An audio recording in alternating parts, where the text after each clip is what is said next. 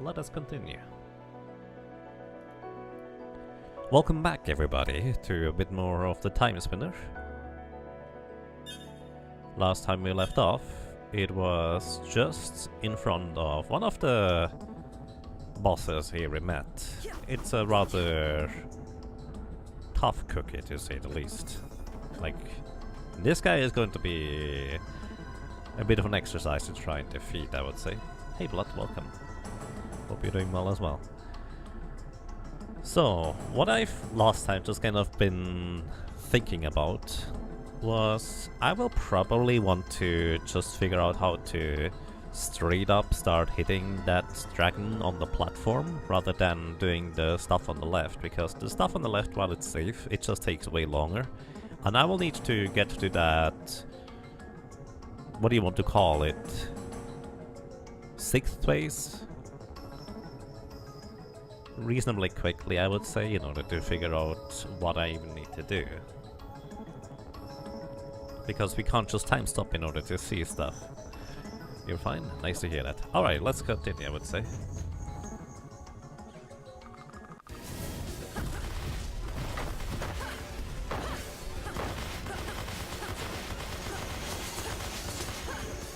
Also, one thing, I've watched Bowie play this game a little bit, and I've been thinking, oops, one thing. And that one thing was mostly related to... Oh, I need to pay more attention, I guess. That one thing was mostly related to... I might be able to optimize my damage. So here's the thing. I've tested a few things. If I, let's say, use something that has a really long cooldown, like the gun orbs, I tested around a little bit where, let's say I wanted to use all gun orbs on all my things, but then I switch weapon. Switch. I figured maybe I would be able to attack, switch, and then attack immediately again without basically ignoring the cooldown, which that does not work. At least not with this weapon. However, if I use separate weapons, like let's say I use a shattered orb, I can find it. Attack. Basically, the cooldown of the guns is still going to count down in the meantime. I switch to something else in order to attack as well, and then I switch back to the guns in order to attack with the guns again. Would optimize my damage a little bit already. But then I actually recognize that we have a rather interesting thing. So the Forbidden Tomb is very different from any other weapon, really. Because the difference is, I can only attack once the weapons, the blades are off screen again. However, if I switch weapon, the blades just disappear. So what I can do is something like this, where it would be really difficult to do this with one hand. So I would have to switch my weapon switch to the left hand, and in order to tap the attack button quick enough. Something like along those lines, but based on the spawn point of the swords, this is not terribly useful, but it would allow me to gain more damage per second, based on the enemy position anyway. I mean, if the enemy is closer to the other side of the screen, I can attack quicker already anyways.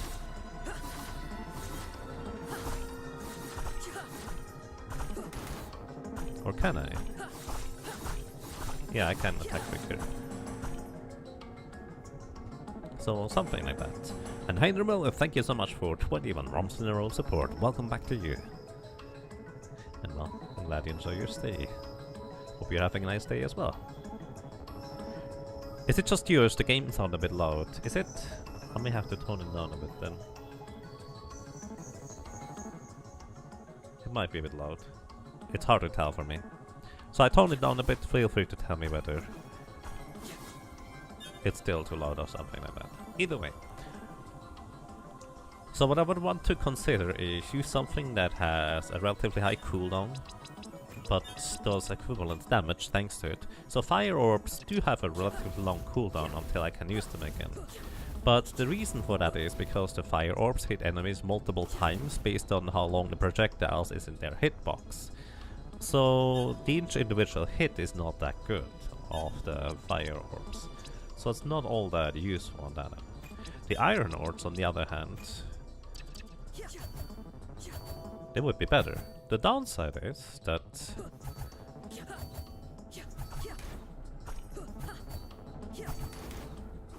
they take a while until the attack is actually in the front.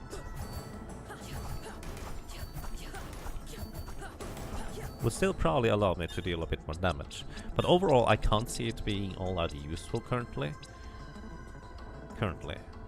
I guess the Radiant Orb would be interesting too, because it's just attacks immediately, and then this is how long, I'm just spamming the button right now, this is how long the cooldown is. So let's say I could switch between this and this. This would allow me to attack pretty quickly.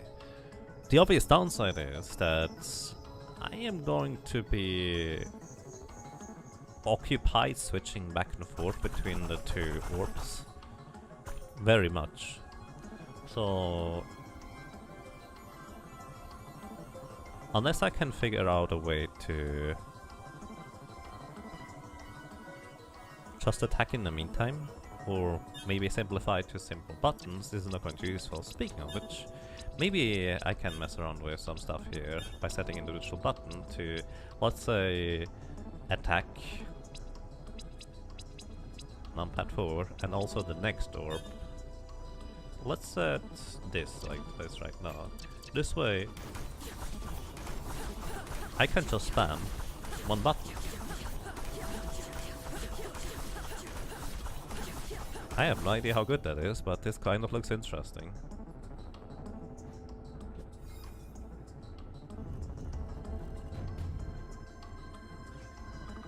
Let's see.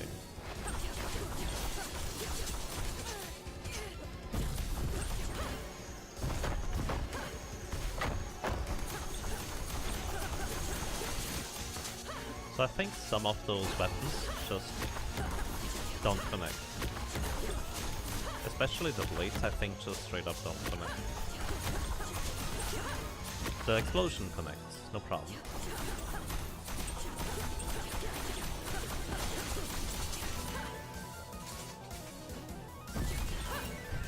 You will never understand how I can play this game on the keyboard. Very easy. I'm used to it. So this actually is really promising right now. This is really promising. What if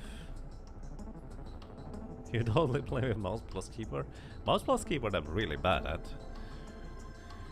I can have directions with my left hand, but that's kind of the extent of it. Very rarely I use my left hand to press some additional buttons in those kinds of games. Like in I Wanna Be the Boshi, in order to attack really fast, I want to basically have my right hand entirely dedicated to just mashing the button. I can go up to 10, 11, sometimes on good days, about to 12 times about the same button press per second. And that kind of does not allow me to easily jump in the meantime, but I can just use my other hand in order to reach over, in order to do those button presses for the jumps. Usually use mouse for jumping, attacking specials with a thumb button. Wow. Yeah, that's not something I feel like I can do. It's also, it's a very similar problem I have with that as I have with the Wii. You know how the Wii has basically the main controller and the nunchuck? I really dislike that they are disconnected from each other, that I can have them anyway. It just is not comfortable for me. I usually need to just kind of push them together one way or another so that it's somewhat stable. So that's really uncomfortable. Alrighty, either way, let's try to figure out what else could I use instead.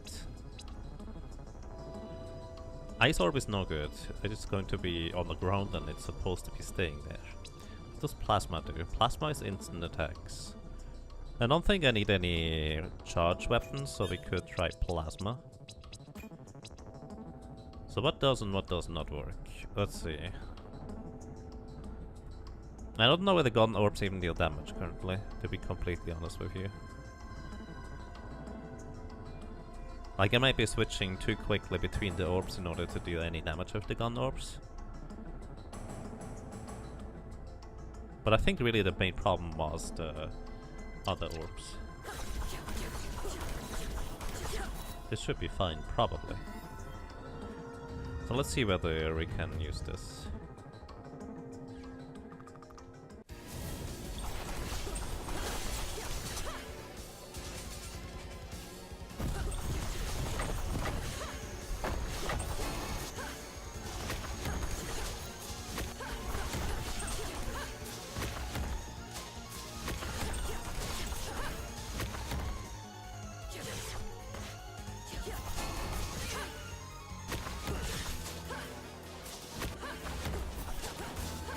So, the gun does connect, it does 17 damage. Let's see whether it generally connects. Could you stop the So I don't see any 17. I think the gun is too quick. Let me actually die real quick. I think the gun is too quick. Or I'm too spamming too quickly for the gun, for that matter. For it to actually do anything. So I don't think the gun works with this setup. So what is an alternative that I could do instead? Wind Orb is a really nice and quick attack, but it's also not strong. Blood Orb might actually work really well here, I just realized. So, also I will want to use the Icicle Ring on everything.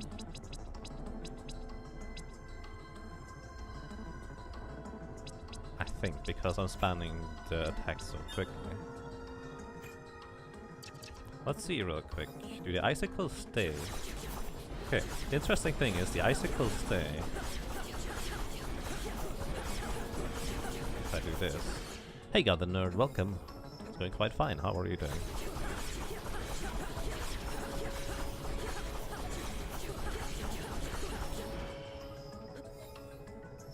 Okay, the problem about the Blood Orbs is I think they might do initial impact damage, but afterwards they would not really do any more damage.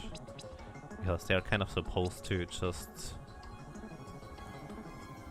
draw from the enemy and they hit kind of like the fire orbs multiple times at a time. So this is not a good solution, I don't think. The Wind Orb might actually be my only option. The Eye Orb I think is going to disappear too quickly. The Forbidden Tomb doesn't spawn in the correct place, so that doesn't help either. Shattered Orb might be interesting, I guess. Let's try Shattered Orb real quick. Maybe it is.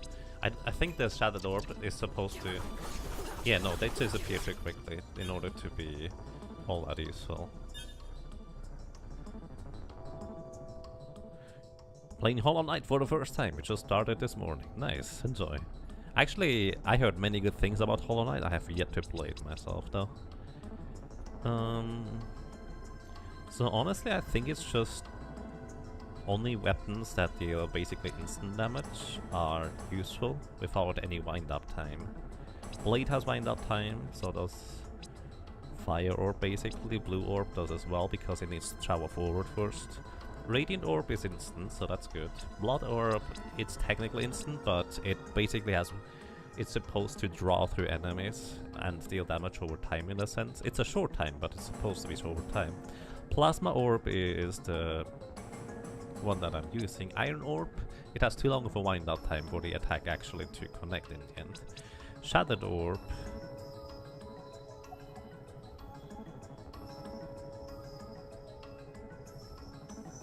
basically goes through enemies and then back, and it does damage while it's inside the enemy, which is why it's so good in many cases, but not in this case, because it's going to disappear too quickly. I think Wind Orb is really my only option.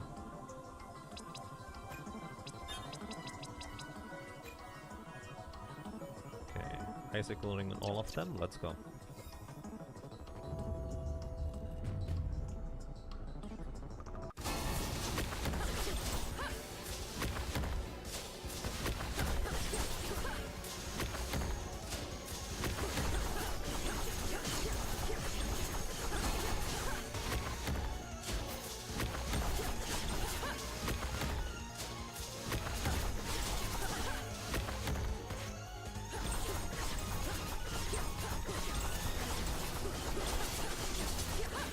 kind of hard to tell whether I'm actually dealing any more damage than before. The obvious downside is I can't just switch to a single thing in order to start leeching health, because I'm switching to everything so quickly.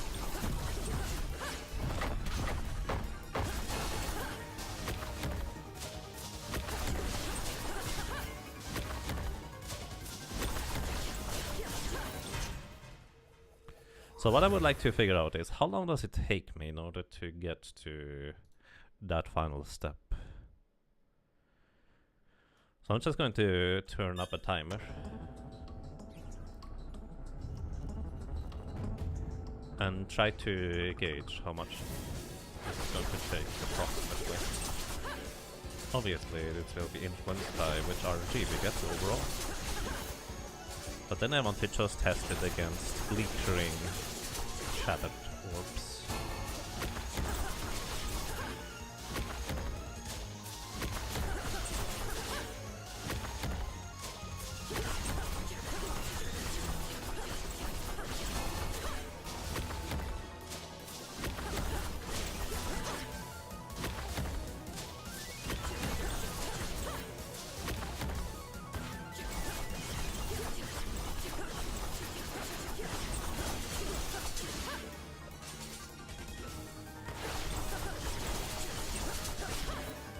Do you get me the rocks a bit more full?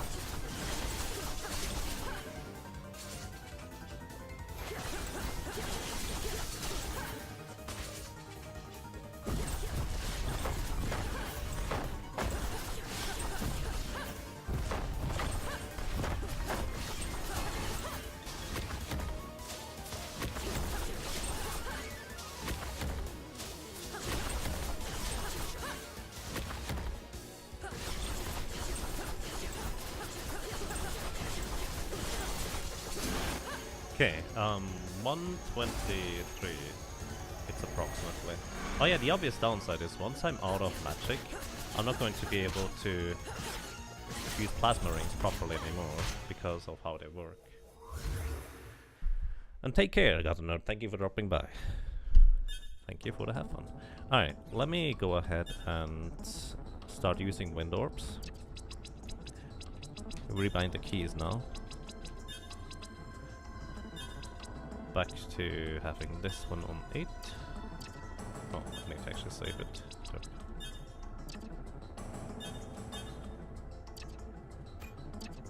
So, let's see how long it takes me with this one. Hey Demorg, welcome. How are you doing?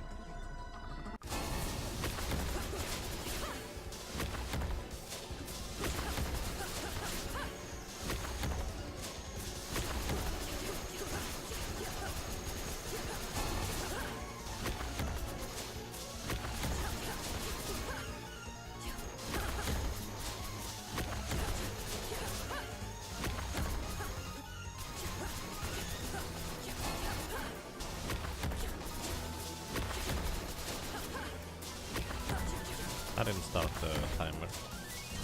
Real quick. I didn't start the timer. I forgot about that. Continue? Yes. Continue? Yes.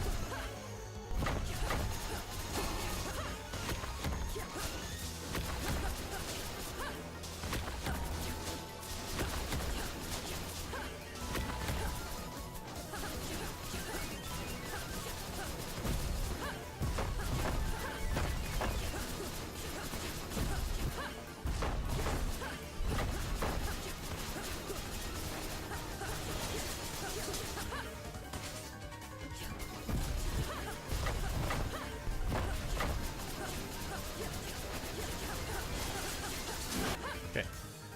55 seconds. So, to be fair, this was about 30 seconds faster. But on the other hand...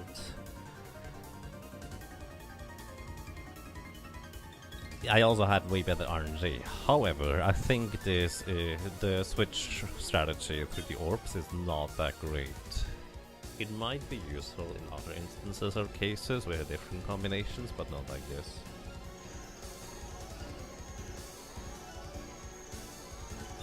Grump. Alrighty, I'm going to switch back to Shattered Orbs. Shattered Orbs with Flickering, and then Shattered Orbs with Sanguine Ring to absorb HP instead. Wind Orbs, I don't know what I want to do with those. Let's see.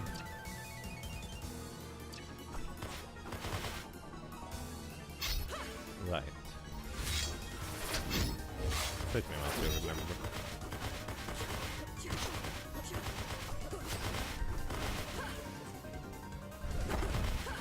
The obvious advantage of this one is that I don't have to stab nearly as much in order to deal any real damage.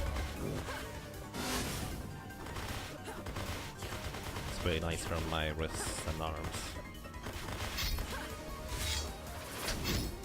So I think I'm just going to go with the Shattered Orb, even if the other one might theoretically end up being more efficient in the long run.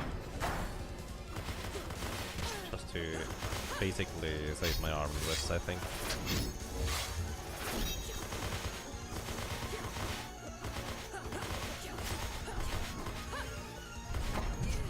Okay, that actually still hurt me. Interesting.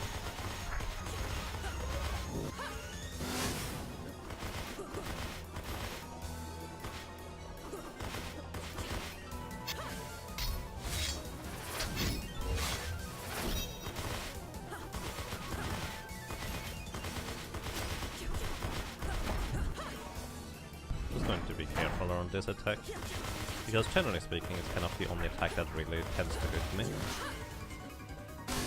I say, as I get hit for the first time on this attack ever. This one here, as long as I'm not stupid, I'm going to be in the corner anyways.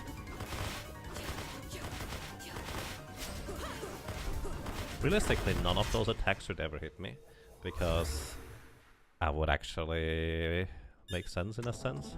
So I have to switch all the orbs now back. So we need Shattered Orbs. Shattered Orbs with Flickering on 1. I'm going to go Shattered Orbs with Sanguine Ring on 2. Then I don't even know what I want for the last one. Radiant might be useful for the final section. I don't actually know, we'll see. Alright.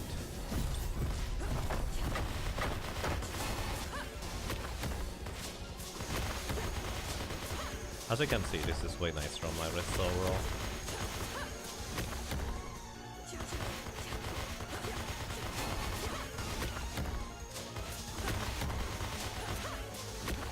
Because I don't have to spam the button nearly as much. But I think there is potential in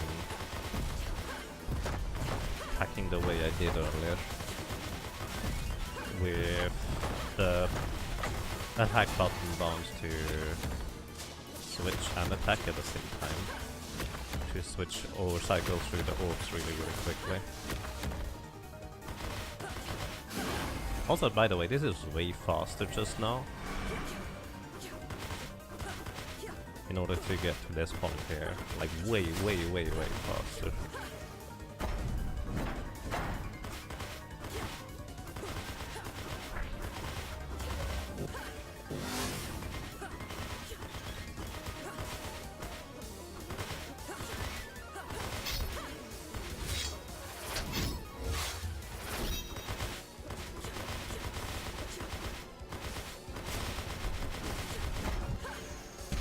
Oh wow, what am I doing?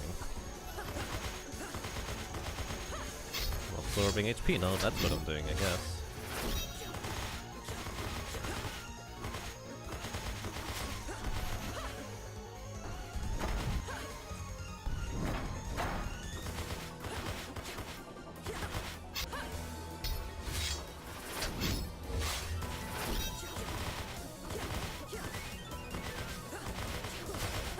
Actually kind of inconvenient if I'm on the left side when this attack starts.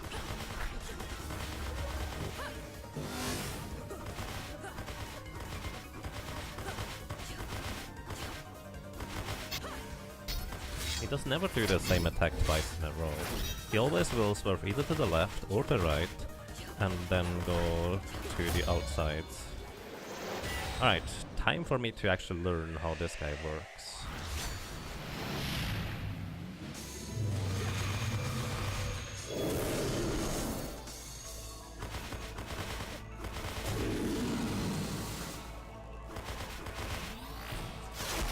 Okay, when he cocks his head up, that's what I need to be afraid about. That's when he does that.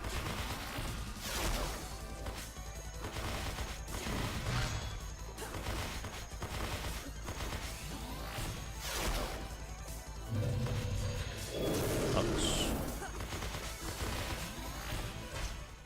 Okay.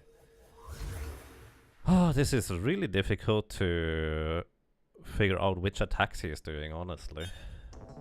Like, I just can't really tell. Oh, I didn't save after switching. Good job. Shattered, whiffs. This is 3. Okay, let's go with 1 is Bleakering, 2 is Sanguine. Oh, I guess I just didn't update the last one, it's fine actually. Rules looks like a nightmare. That's kind of pretty much what it is actually, quite literally.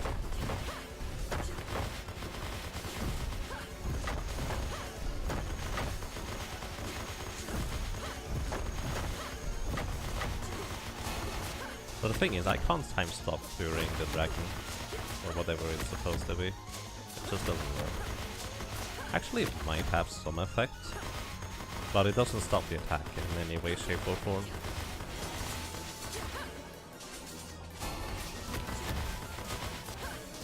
It's actually the most convenient if that attack starts when I'm jumping over spikes, because then the little things go away right here, rather than me having to dodge back once more. So I need to be careful whether he might scroll to the left side, at the right side, towards me anyway.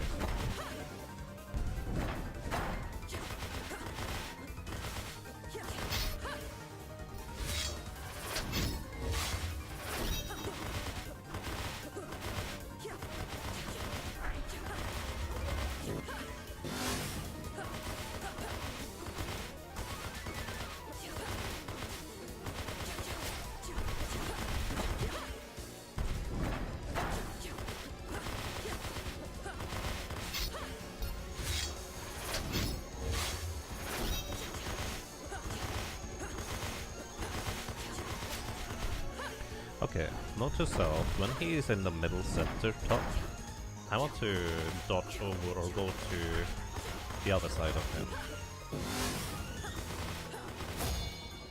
Alright. Switch to the Sanguine Ring so I don't take as much damage.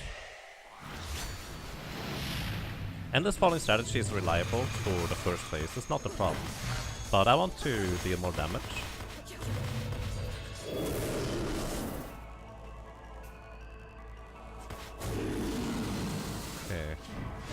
He always attacks after that.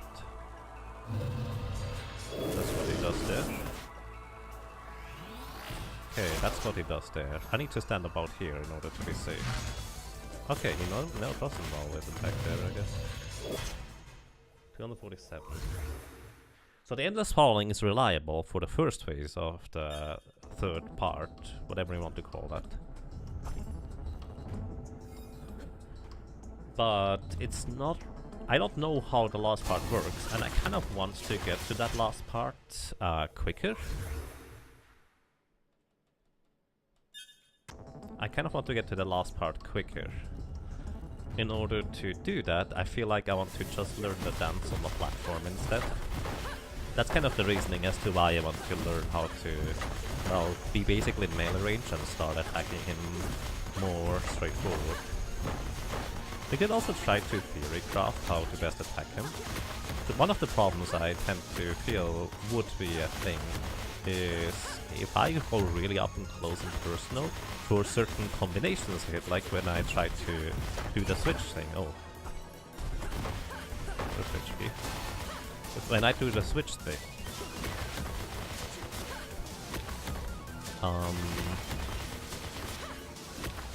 Excuse me.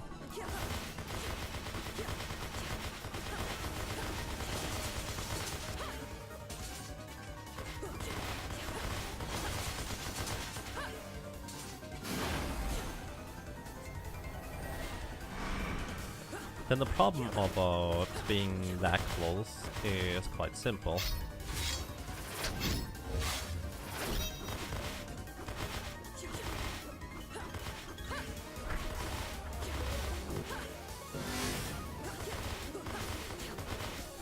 He will do his breath attack and his hand attack, which I genuinely have no idea how to dodge up that close.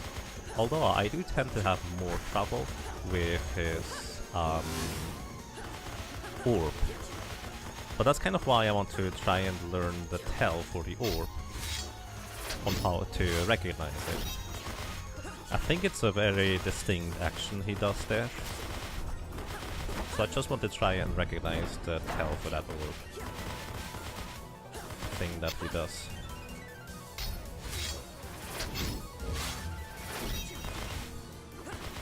Because the difficult thing is really, if I'm just doing always this thing where I just go down, fall down and then come up from the ceiling, I'm going to get instantly hit by the falling, I don't know what you want to call those sparks.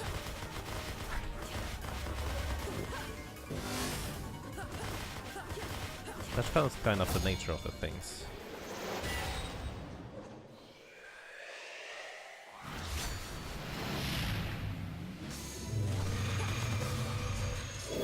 But also this is a problem, because I kind of have to go out the platform.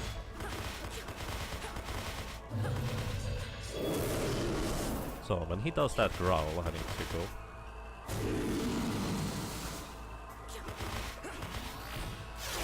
And I need to stand up or backtrack there. He does that.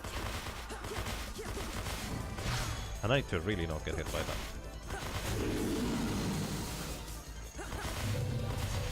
Oh, that was the wrong attack I had in mind.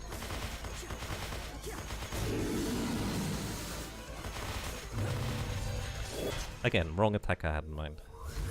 I was thinking of he is doing the thing, but I need to recognize that when he does that spark thing from the ceiling, he does put his head up. So that's kind of my biggest challenge right now, just recognize when he is doing which attack, since I can't just time stop, which is something I've been able to rely on for a really long time, and now it just doesn't work. So it kind of brings a twist to that end. On the bright side, if I don't take damage with the Bleak Ring and Shattered Orbs, we get there, or back there, relatively quick, for like 2 or 3 minutes.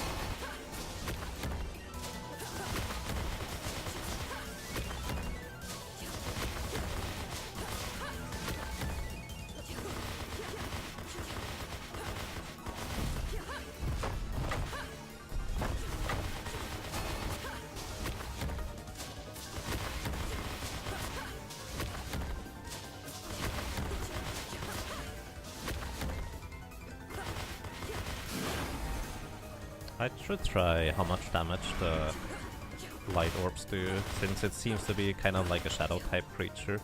The light orbs might just deal a lot of damage to the nightmare thing. Hey Vaughn. Indeed, I did find the pyramid. How are you doing? How's it going? By the way, Vaughn, since you are currently looking into speedrun stuff for this game, I may have found something interesting, I'm not sure it's useful yet. I can demonstrate it next time I'm dying, so feel free to remind me of it, because I might just forget. I'm the dirt like that. You doing fine? That sounds nice.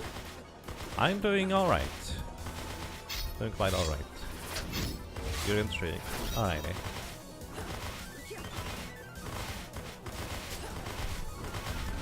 Should be defeated soon. There we go. World record is already down to 37. Yeah, I'm not sure it's useful. It might only be a New Game Plus thing, if at all. Okay.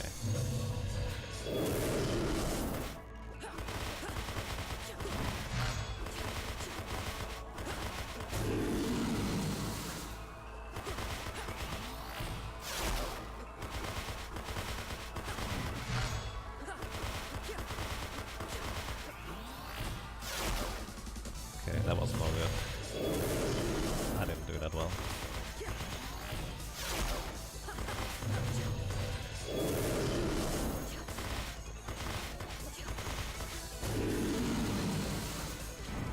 Oh, my goodness. Okay, I'm starting to recognize the attack though.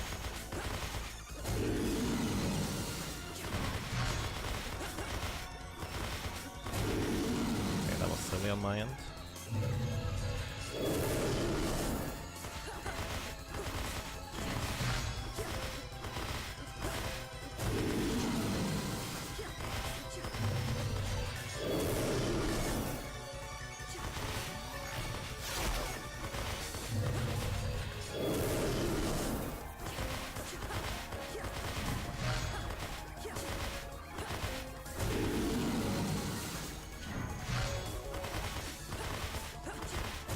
Oh!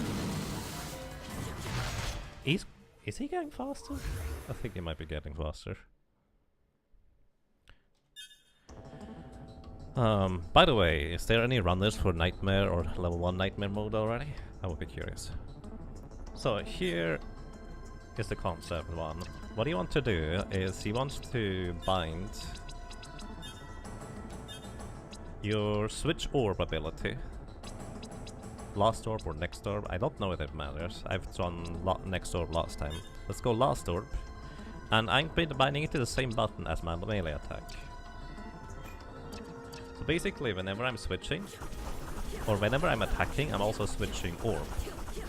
So this could have interesting implications, such as because I'm switching weapon, at the same time as I'm attacking, I can attack pretty quickly again. Now, this has certain limitations, because I'm not going to be able to use all the weapons, because some weapons have just too long of a wind-up time. For example, the gun, it does decent damage on individual attacks, but it's just too slow. If I'm spamming the button really hard, it will not come out in time and before I switch to the next orb. So, the current combination that I kind of came up with is currently Radiant Orb, because it's pretty much instant and AoE around you. Then I'm also using the Wind Orb, because that's the only other one that seems to be that quickly.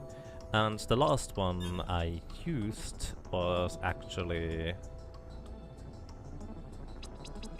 What was the last one? Plasma Orb, because it's also pretty much instant. There we go. Wind, Radiant, and Plasma. So basically, I can attack really fast. Obviously, I don't know whether the Bleak Ring carries over between switching weapons, but the Icicle Ring would certainly work for this, for example. So just put Icicle Ring on everything. Then I just spam the button. Now the thing is, this is weaker than just using Icicle Ring and the Wind Orb by itself. There might be some combinations where it's actually useful, or where it's really strong, or something like that. Like, I can imagine, I don't actually know though, like let's say someone is weak against iron, and...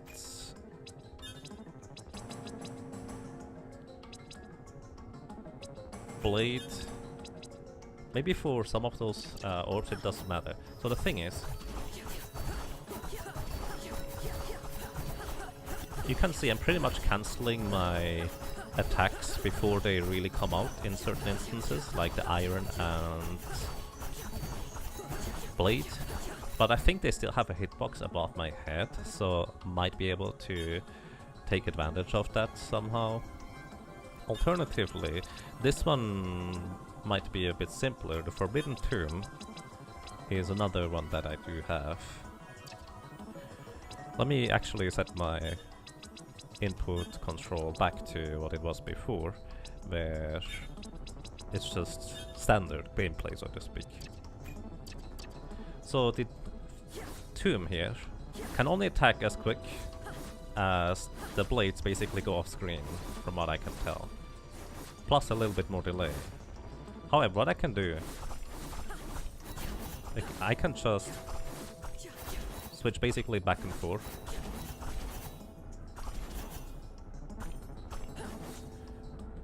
Make the blades disappear and then immediately attack again. Again, it only attacks basically right above me if I do that really quickly. Stuff like that. Animation cancel gone wrong. You wonder how people will react to double binding keys. It's something that is in the game. It's something that you can easily do. So I don't think there's any problem with that, honestly. I'm going to go and really quickly die, because I don't want to redo all my orbs for the boss fight. I'm just lazy. Okay, that's fine.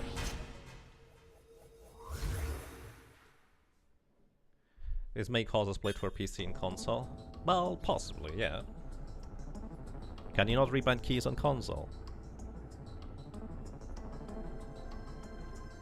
Either way, that was just kind of a thought. The main reason why I even thought of that is because in I Wanna Be the Boshi, we do something similar to just bind keys to the same button, and that has some interesting effects that would otherwise be really difficult to pull off.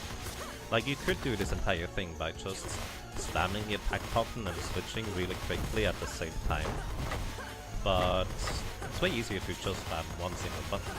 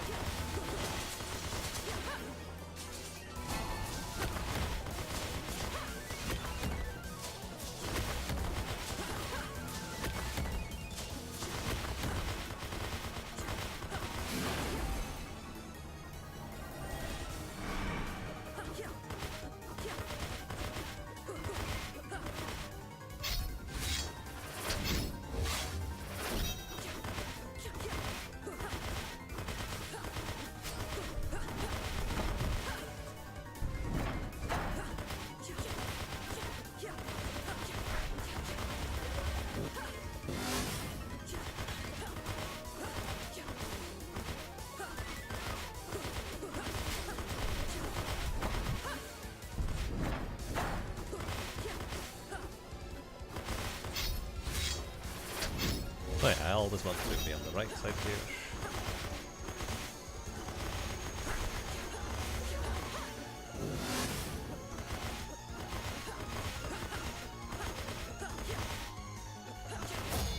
Alright.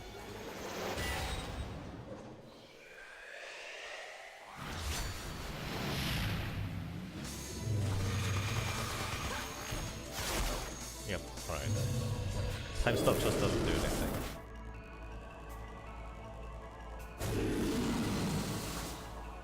I mean, I could do the simple strategy here, just sitting over here. But I really think this just takes too long. It's easy and reliable because it does not do a ceiling attack, and even if it did, it would not hit me.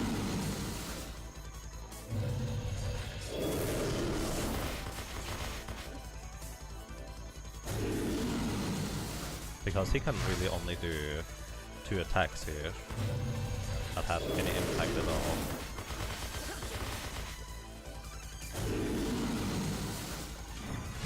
Ouch.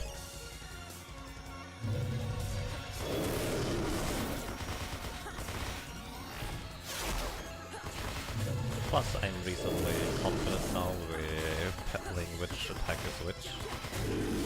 Except for this one, it feels like that one is just kind of right there.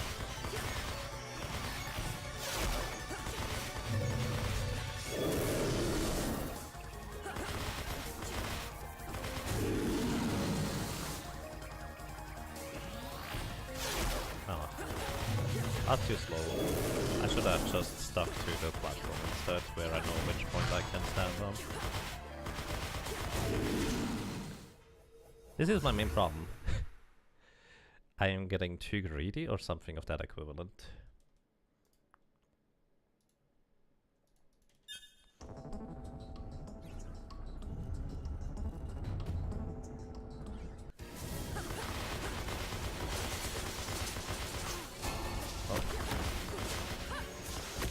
HP regeneration time. The interesting thing is it did barely any damage to me.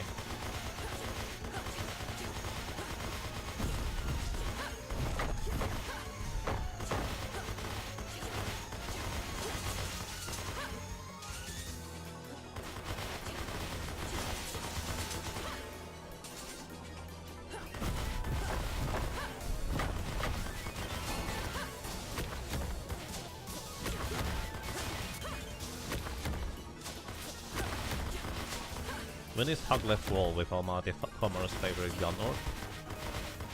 I don't know. It would be an easy way to get to the final phase, but it also takes like, I don't know, 5 minutes? Maybe more. And then I don't even know what I'm doing, and I might just be too slow to react to everything. It's really the biggest problem of it.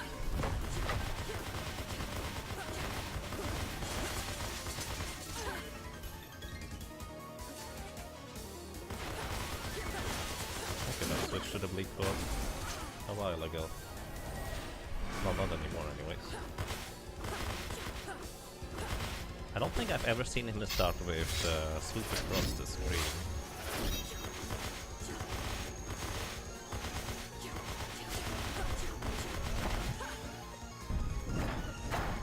Actually, has he ever done anything but the little blades at the very beginning?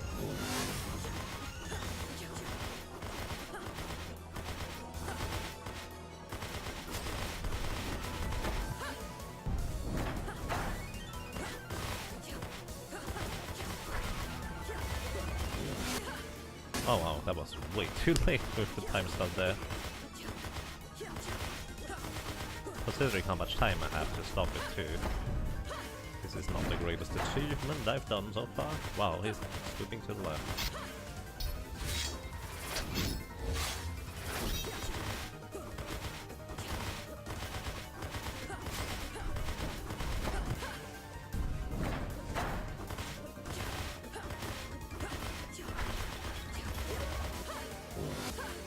Oops, why did I stop time the second time? Not sure.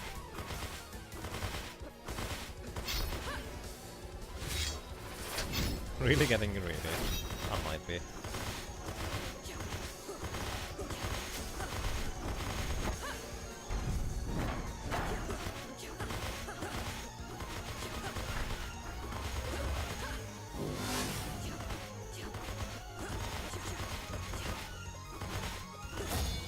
Alright, I'm nodding.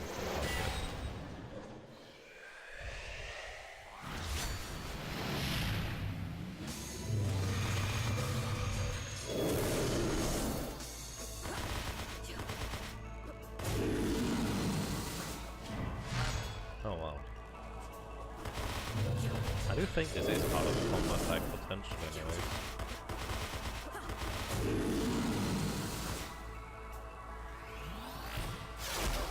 He did that one anyways now.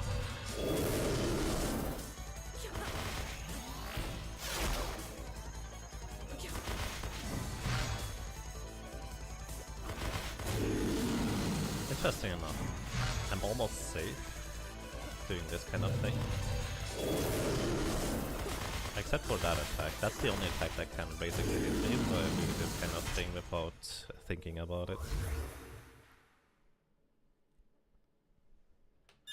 Let's actually see, how long does it take if I just use the fairy from the get-go?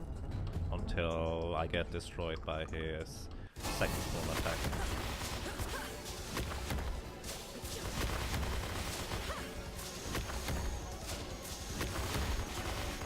Yeah, I'm not good at thinking and playing at the same time. And speaking on top of that, hey Metal Bear, welcome, how are you doing?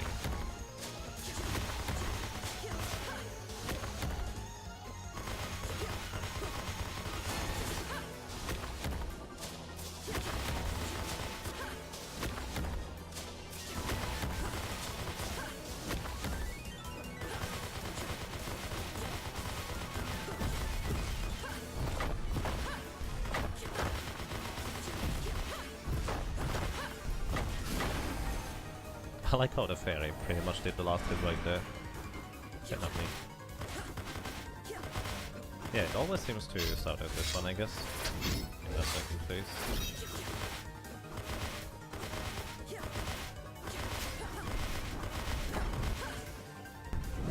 I don't even know what I want to call this the second phase. I guess second phase here makes the most sense right now.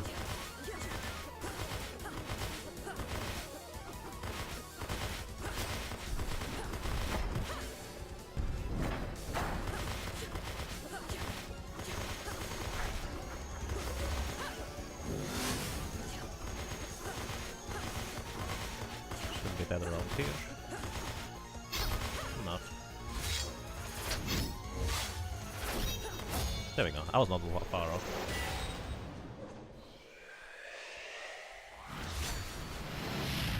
You have a week off, nice. This is my next speedrun game. No, not mine. I'm just trying to beat it right now. Nothing too fancy about it.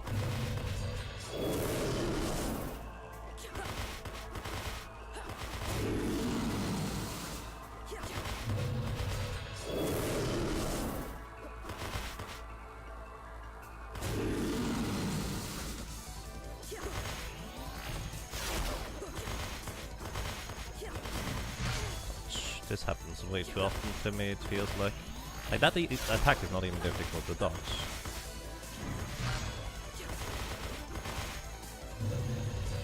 Oh, ho, ho, ho, ho, ho.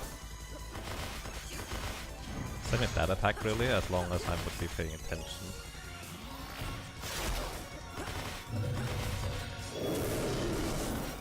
Two jump attacks will usually let me easily dodge whatever he's throwing at me. I could jump during this as long as I'm properly positioned. Also he likes to do this combo, so this is actually a separate attack in a sense. This is actually a separate attack when he combos his breath. Also he does attack very quick now. I don't know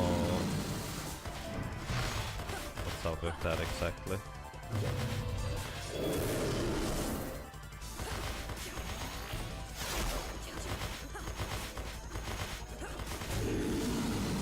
Just going to stay over here.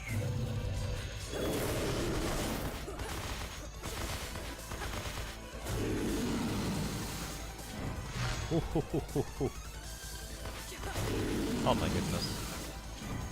Going to wait until he does his growl attack before I come back here.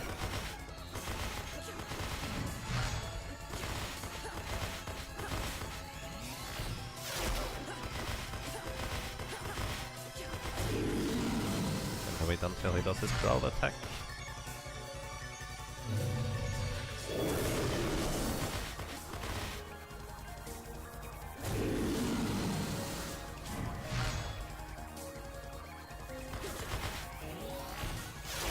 Oh, that was lucky. I didn't recognize what he was doing, waiting for the growl. What? You don't do that one when I'm not on the platform, dude. Either way, I should just stick to the left side until the growl attack happens. There's no reason not to.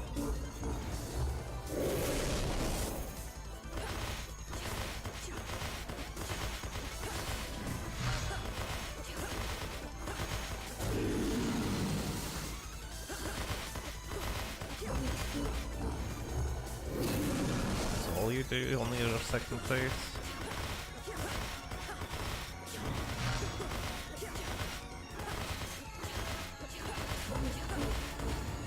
Might not be all he does in his second phase.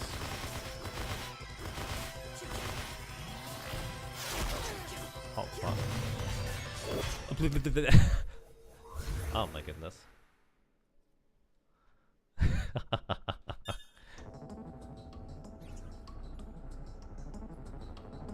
And yes, Komaru, I think that's exactly the idea, because before I could just stick to the left side, which is why I'm learning the platform now. Because it is really easy to just avoid whatever he does on the far left side, and if he does the little pillar, well, the big pillar, I guess, I would be able to just swerve to the side slightly, and then I would be fine again. It's really easy to avoid too, but it's also kind of slow. The problem is really when he does his second phase moves, which seems to be only one. I figured there would be an entire array of attacks that he's going to do now, but it might just be that one that I did not know how to... But let's put it this way, I knew how to handle that one. I saw it the first time that it was just stuck in the center, but I wasn't sure, or I figured there would be more to it in the end.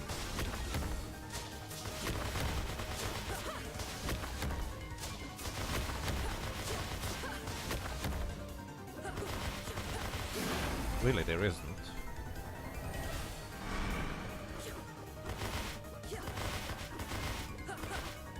Oh wow, he does that one next first? I thought he would always start with the blades. I guess I was wrong. I wonder whether he ever starts with this attack.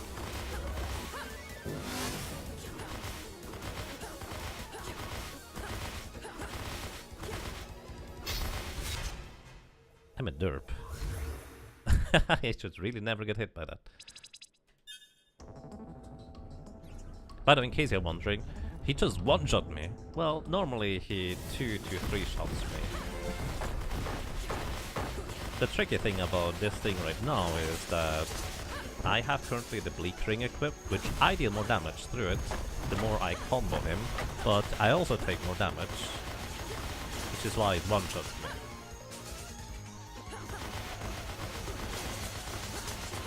Really, I shouldn't get hit here anyways. Should. Caronica, thank you. Thank you so much for 35 rounds in a row support. Welcome back to you. And well, I'm glad you enjoy your stay.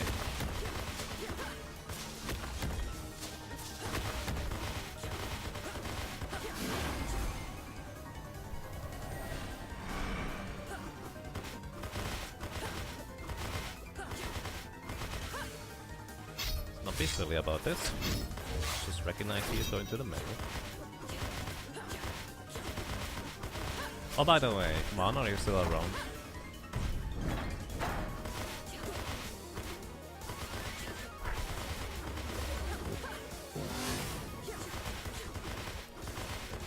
What do you think about the idea of one person basically controlling both the character and the fairy? Would you just put that into a co-op category, regardless of whether it's one person doing the thing or not?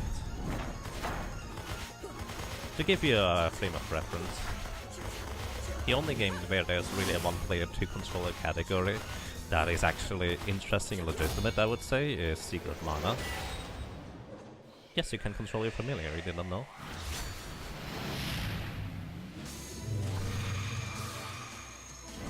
Let me show you real quick.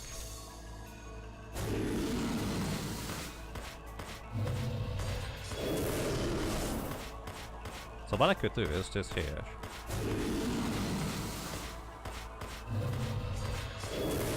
It's actually really neat, like you can't do much.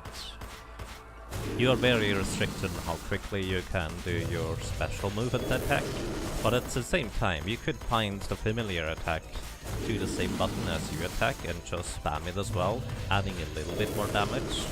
But at the same time it's kind of like a one-player two-controller thing, isn't it? Let's actually go back to the normal stuff, I would say.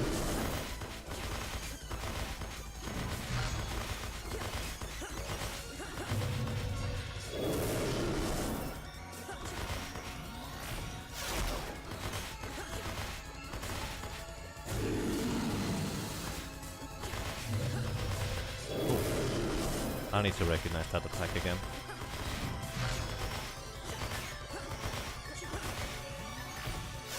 I'm a dummy! I was lucky.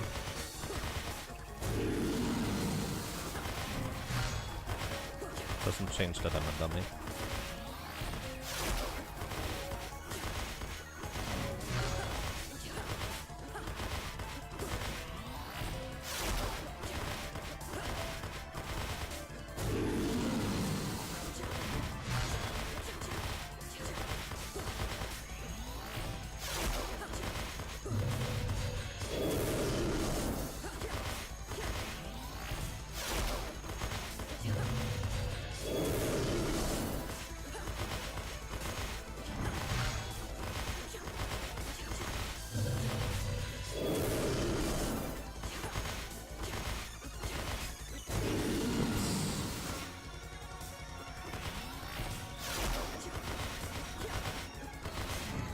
Maybe I should use the bleak ring once I'm more comfortable to push him into this phase here a little bit quicker.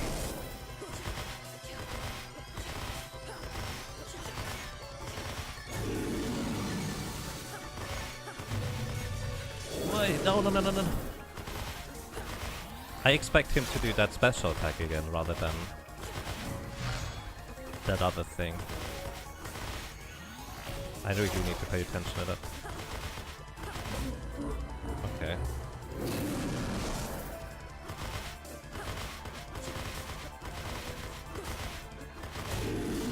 One, two,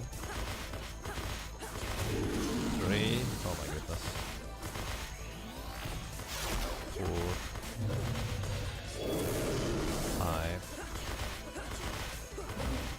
5 attacks and then he does this. I was not standing close. 247 damage. I would survive it this even. Can you stop time this boss? No. Doesn't do anything. Hey Mary, then welcome. How are you doing? Also welcome to you, Mork the Orc. Sorry, I cannot miss the orc there. Also Corona Cat, welcome back for a really long time. 35 rounds in a row is a long time, my friend. Well, I'm glad you enjoy your stay. Sorry if I'm just putting more focus on the game. That's kind of what I prefer to do, I guess. But I do really appreciate that. Okay. Jacket is off. Now I'm not going to be as warm anymore.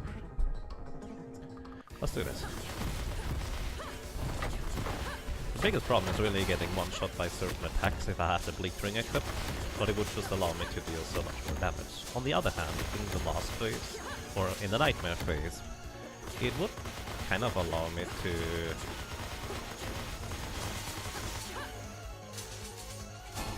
practice if I'm using the Sangrid ring instead, like just practice the pattern.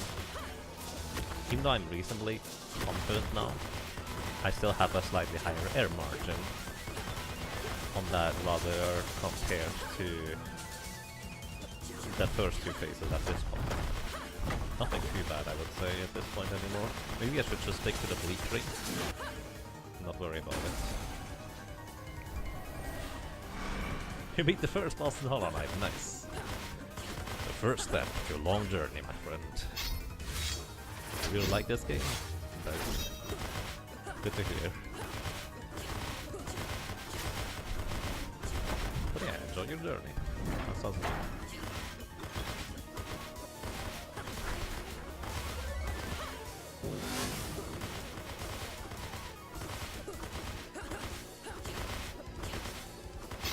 Oops.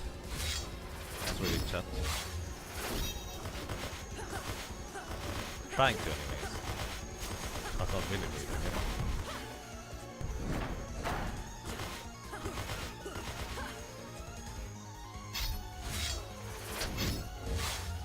Also, I'm still walking way too much. I could use the dash instead. Alright, let's do this. I'm just going to stick to the bleak ring.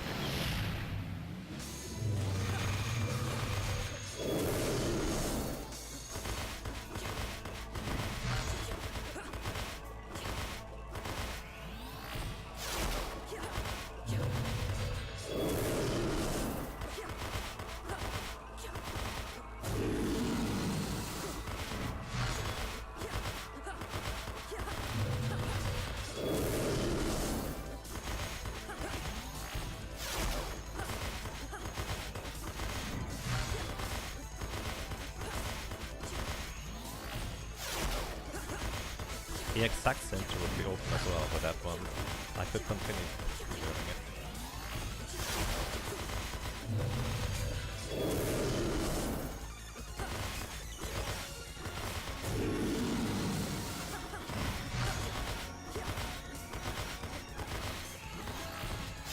Not me! I was lucky.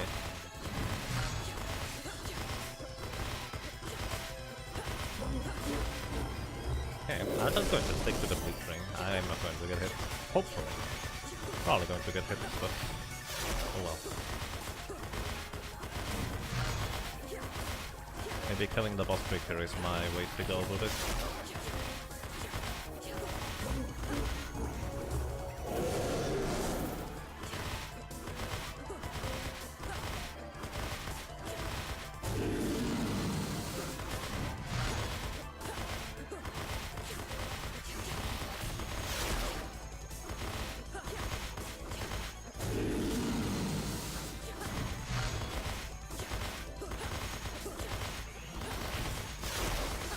the laughing thing. He would do the laughing thing, but he's dead.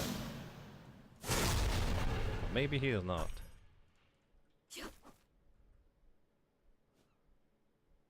Or maybe he is. Oh. Hey Lucius, just in time for the ending. It looks like it. Maybe. I did it? Yeah, I didn't get hit a single time during this fight this time. Turns out, if I make the fight just shorter, I have less opportunities to fail, so improving my damage actually reduced the chance of me failing, even though I would have potentially been one-shot by most attacks. Looking good. Let's see. Huh? What? You're powerful, Linnaeus. The universe cannot exist without someone to protect time. And the Sandman is gone. Am I? Ascending. Whoa. What am I? The Eternal Mother. Oh, you are the Eternal Mother now. Now that's curious. You have angel wings rather than demon wings, though. Let's see. Linnaeus is gone. You are the goddess of time. You are the Eternal Mother who has appeared throughout the ages. But the universe, the Sandman destroyed it. Ironically, he did not have time. It's all still here in his realm. Ironic, indeed.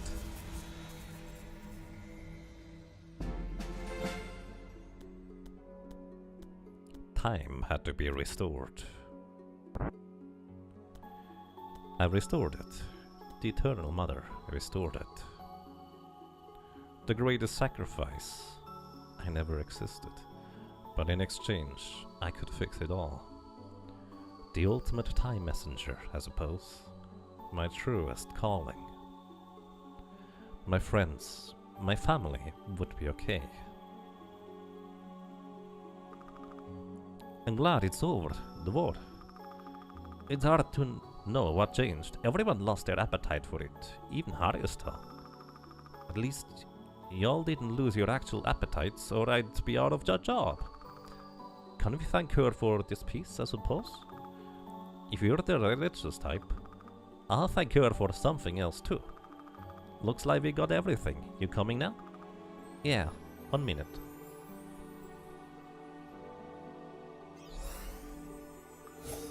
Oh.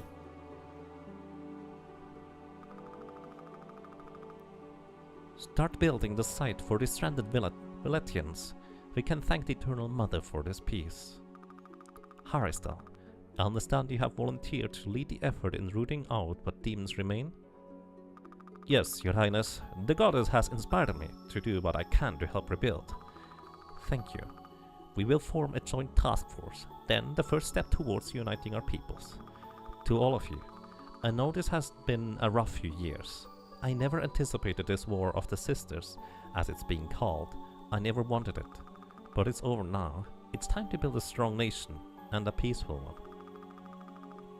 One day, we may reunite with our sister world. I want that to be a good day. My love, we will make a better world for you. Lachiem is a tranquil place. I made sure of this. Oh, of that. Re-establishing contact with Violet was peaceful this time. Plasma was shared, and I couldn't read the rest. They still explore their universe, delve into its secrets. Secrets I can see now, but for knowledge, understanding, not conquest. The Eternal Mother guides their way. I guide their way. The universe has the happiness I never could. What does that mean? Mama, she has your eyes. Is she designed after you? No, my dear. This is the Eternal Mother. She watches over all of time. The myths say that once she was taught us the gift of time as well. Some of us were heroes, but that time is long over. Maybe she designed me after herself. The Eternal Mother is the guardian of our people, just like I am to you and your siblings.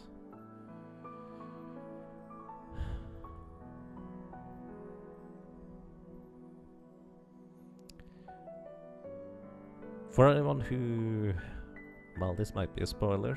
Selen actually is the mother of our hero that turned into the Eternal Mother. And maybe one day, one of you will be for our clan as a Kaelan messenger to the other cities of our world, and maybe beyond.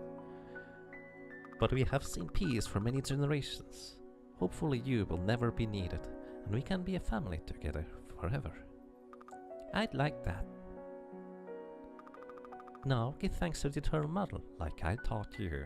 So this little kid might actually be our hero, in a sense. It's just a different timeline, I guess.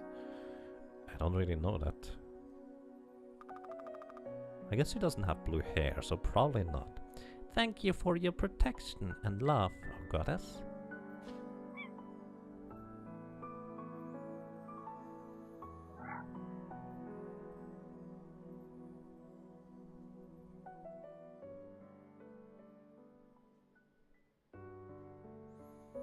And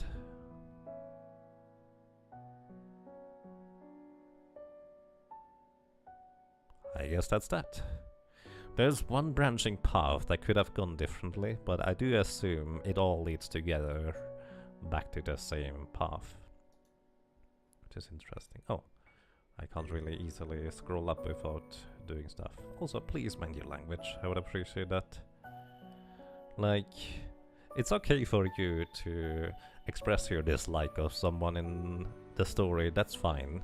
Just please do it in a nicer way. Hey Zoltano, welcome to you. And also, let me get back to scrolling up real quick. Drumbordist, it's almost been a year. Hoo, it's going. It's going quite fine, Drumbo. How are you doing? Thank you so much for 10 rums in a row support. And also, Pixel Black Mage. Thank you very much for subscribing for, well, with Twitch Prime. I really appreciate that. Welcome to you as well, and well, I'm glad you guys enjoy your stay. Thank you very much. Sorry, I like to just focus on the game and then try to find a good opportunity to thank people for, well, supporting me. I hope that's alright.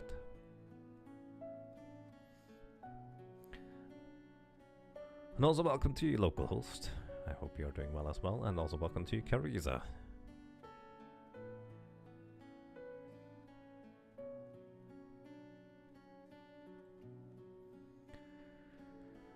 Alrighty, I think this is going to be the entirety of the ending again, with all the backers' names, and this is going to take a while. So at this point, I feel like I've played through the game. Like, I've probably completed it as much as I completed level 1 Nightmare mode. Someone who actually knows, is there much more to the game? Like, I assume there's at least one more additional boss in the optional dungeon on the left side instead. There's a few percentages of map that I could still uncover, but I'm not a completionist, I don't really worry about that too much. Is there something intriguing or larger that I may have missed? Can I show you my map, then you can tell?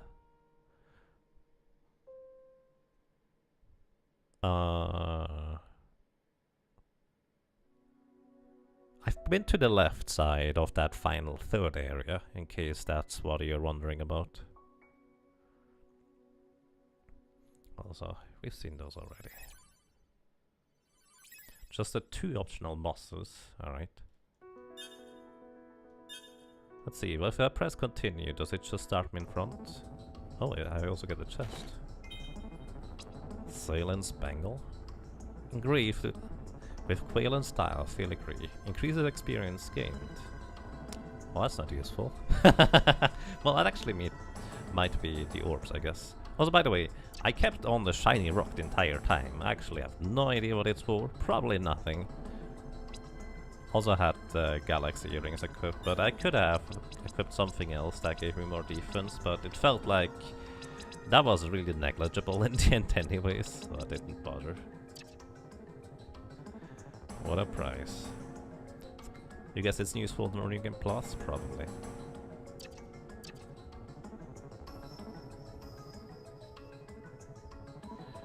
there's only... When you enter the ancient pyramid through the Timespinner, you have to make a decision where you want to go. So there's one boss you can only fight in New Game Plus.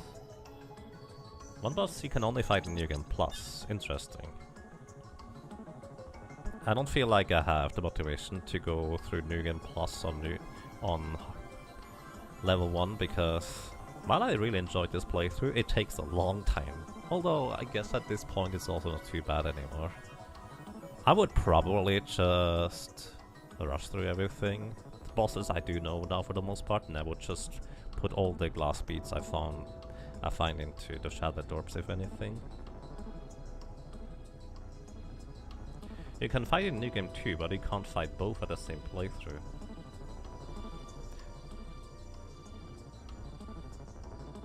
When you enter the ancient pyramid through the time, so you have to make a decision where you want to go. So there's one boss you cannot find. Oh, you mean the one over here? Where I had to decide in the laboratory which boss I'm going to fight in here? I see. Alright, that's fine. I'll probably just discover that on my own time. I'm not worried about that too much. By the way, on Bowie's stream, I've accidentally seen a little secret that I didn't discover myself. There was actually a breakable floor right here, where you can go down and get a aura upgrade. So I assume one of the optional bosses on the left side, over here, is what I haven't fought yet, and the other one in the laboratory where there's a choice. Anything else? Did I fight both Ravenlord and Ifrit? I only fought Ifrit. He was so easy that I figured the other optional boss wouldn't be too much more difficult, honestly. So... I don't even know. What would he drop? At this point, I don't feel like I might not spoil this anymore. Ravenlord is nasty.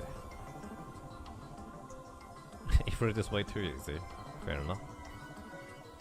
Ravenlord is easy but annoying. I see.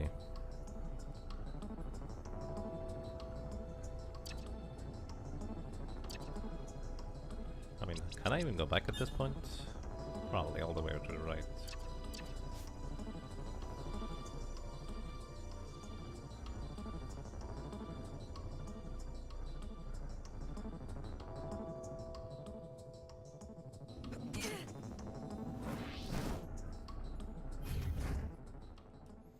Alright. So this would be over here if I'm not mistaken. Basically just the optional content. Is it guaranteed that I'm going to fight the Ravenlord now?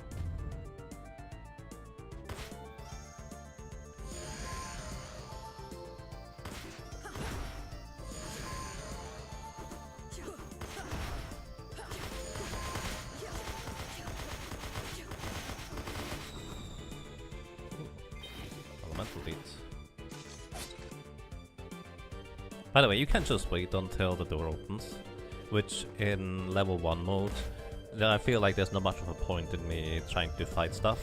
The door will pretty much always open before I'm done.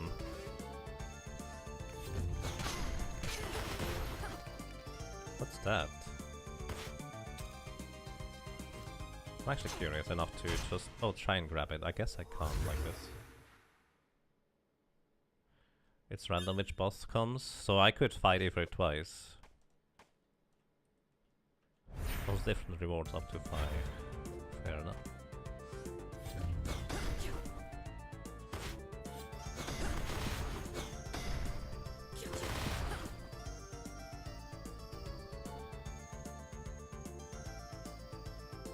That's the Bleak Ring equipped. No, that was the Sanguine actually. I don't know, I think the Reaper also gets time stopped, so it shouldn't be a problem here.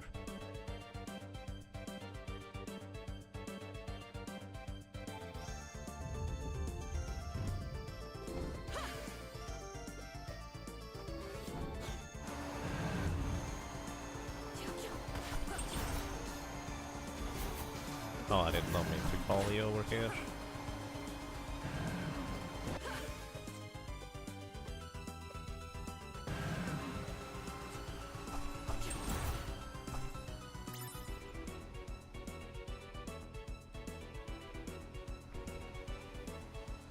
That reminds you more of the farming on this dungeon to get your plasma orb to max. Oh, there's a max level for orbs? I had no idea. I imagine you are just farming the glass beads rather than anything else though. Can any enemy drop those? I wonder.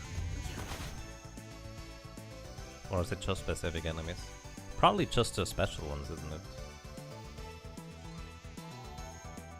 There seems to be no max. People had some over level 1000. I see. Yeah, I figured there would be no maximum. The last beats at some point I imagine is kind of the only way to realistically increase the level anyways.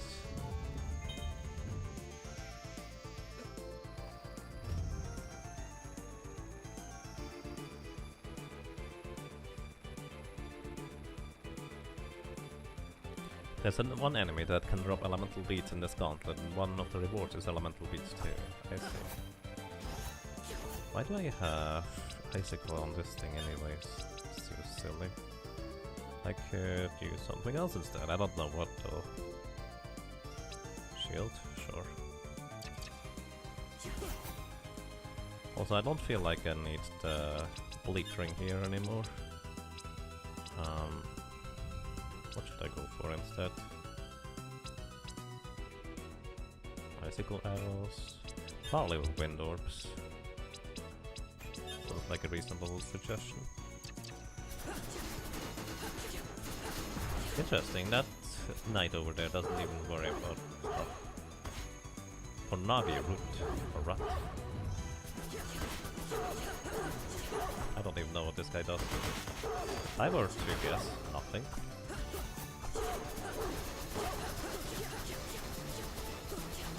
There's something on his back. Ah, it's not on his back, but there was something.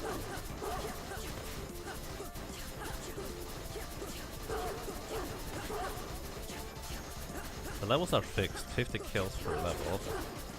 Oh, are they? Interesting. Going a step further, it's 12.5 if we have the same orb with both hands. I see. I assume there's no combos, like different orbs making different things happen, I would imagine. The main reason why I want to kill this guy, by the way, is just for the bestiary entry.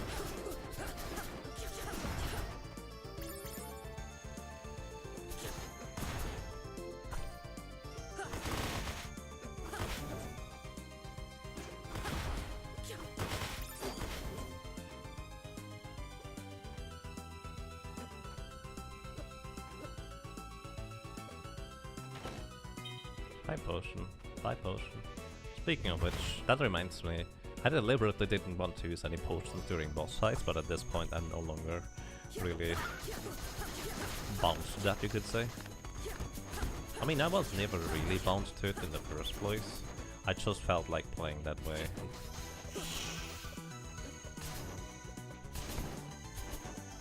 I don't know, this room here seems simple enough to just try and actually get through the normal way.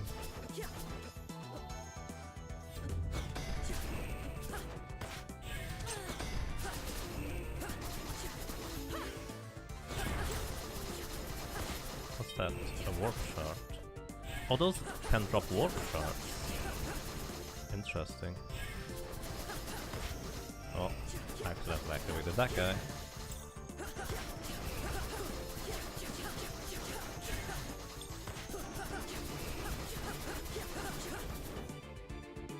There's not more of those. Oh my goodness. Wow, I accidentally pressed the wrong button there. That's fine. Potion.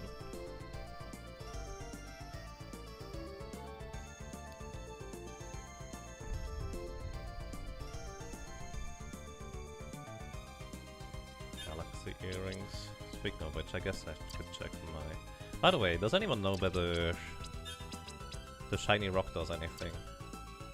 There's a raven enemy. I wonder whether that has something to do with it. Taking Dark Souls here. Or well, Raven boss as I just know. I should probably also go and stock up some potions and stuff. just to make it easier to get through here for now. Oh, interesting.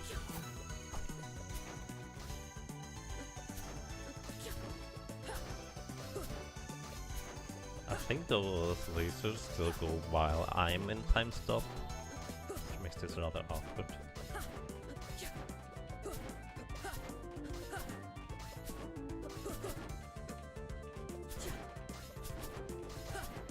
Maybe I should use the gun.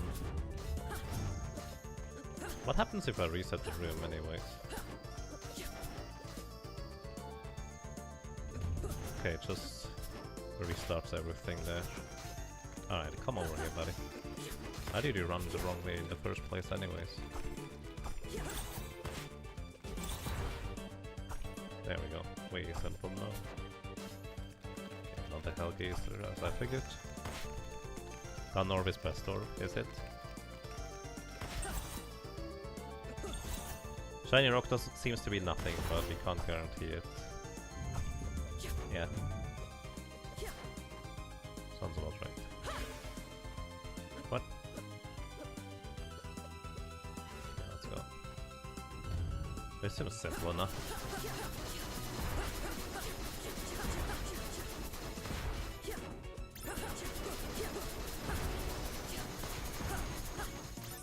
What's that?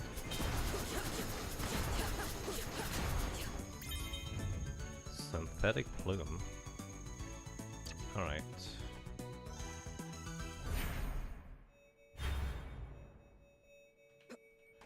Alright, that's right, you get a save point here, I forgot about this. So that's still a raid boss. Okay, imagine that's the one raid thing that I need to hit. Alright, it's not just one. Okay, there's an entire center that I need to hit somehow.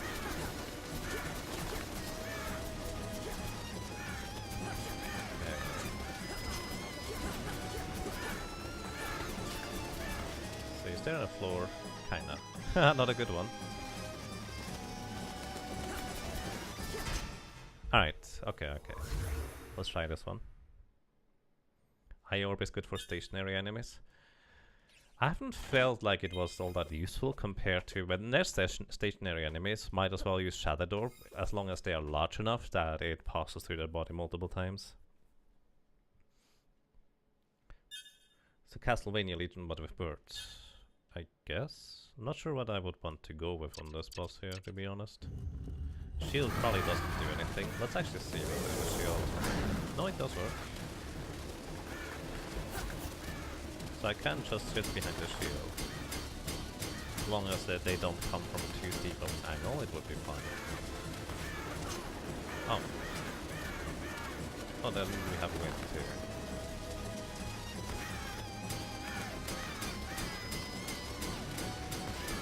Then the purple ones are probably just passing through the shield, but I need to have purple ones in order to actually be able to tell right now. Someone be a purple, please. Okay.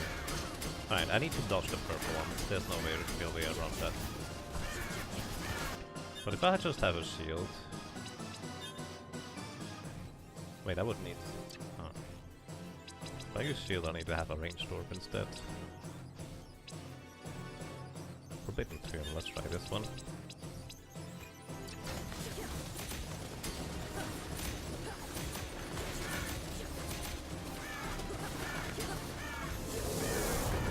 Okay. It's probably going to be a phase 3, I imagine.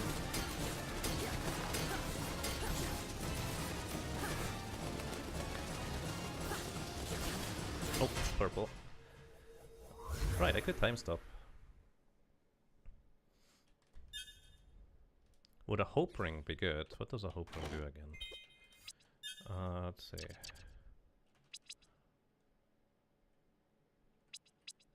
Orbs.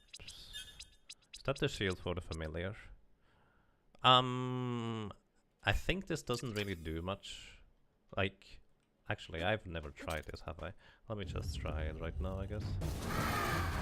Just put the familiar right here. I mean, it kind of works, yeah. I would just have to manually control it.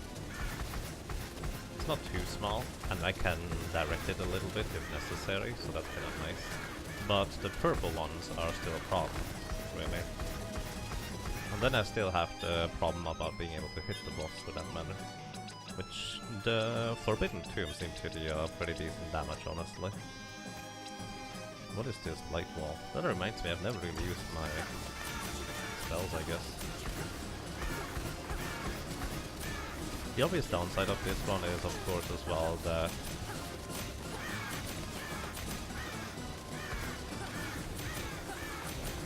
if I jump really high, the shield is going to be a bit awkward. So I think shield ring is just simpler, really, because then I don't have to worry about the fairy thing, and it can actually attack and also heal me in the meantime.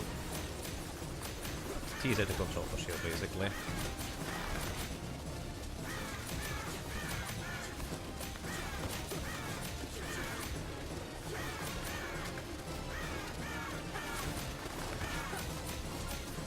I have to worry. Well, I guess I kind of do have to worry about him getting this close. That's true.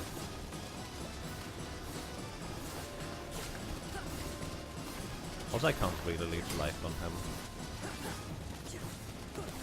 Also, I'm pretty sure those projectiles I'm shooting disappear when they go off screen, so they might not all be that useful. Now they start hitting again. Okay, and I need to just time spot this. This seems easy.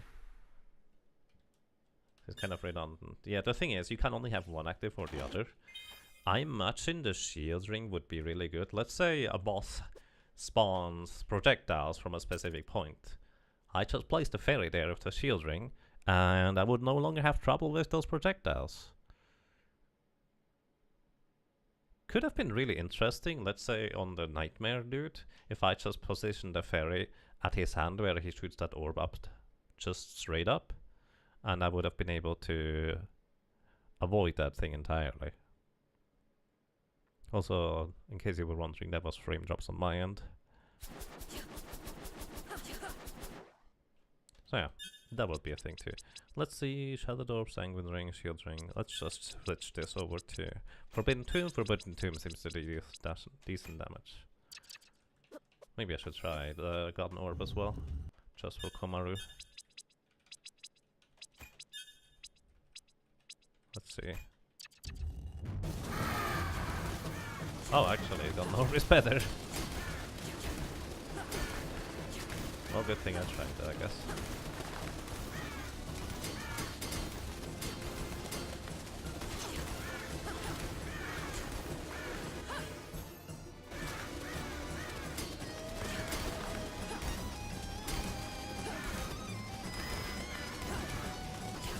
It hits red field. Yeah, but the thing is, the gun orb pierces through enemies, so it's not really much of a problem at all. I need to worry about this, aside from the purples. I guess the annoying thing is that it's difficult to hit you right now. Oh, are you phase 2? No, he just relocated. Where are you, buddy? There we go.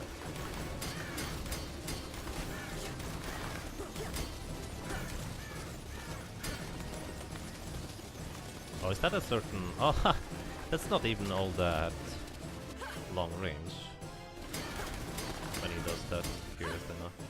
I wonder if I can hit him right here.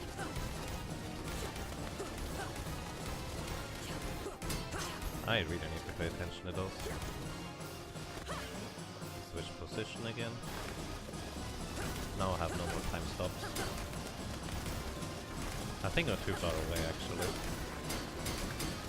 Interestingly enough, he seems to send a slow lead bird before he actually goes and shoots the remainder. Which is kind of neat, because that way you will know where it's coming from. Well, maybe not. Maybe the lead bird is just a slow bird. Who knows? Oh, that chases me? Okay. That chases me. Do I get a warp shard every time, by the way? I think I get a warp shard every time. It seems like it anyways. Forbidden Tomb. Let's use gun orbs. Also, maybe I should just try Shadowed Orbs on clones range. I mean, why not? Might as well. But I probably still want to keep the shield ring active. Well, the problem is I can't really go closer at this shape.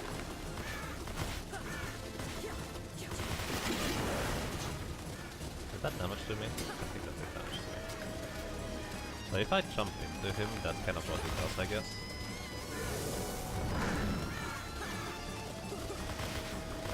Maybe that just might be a closer range attack. Oh!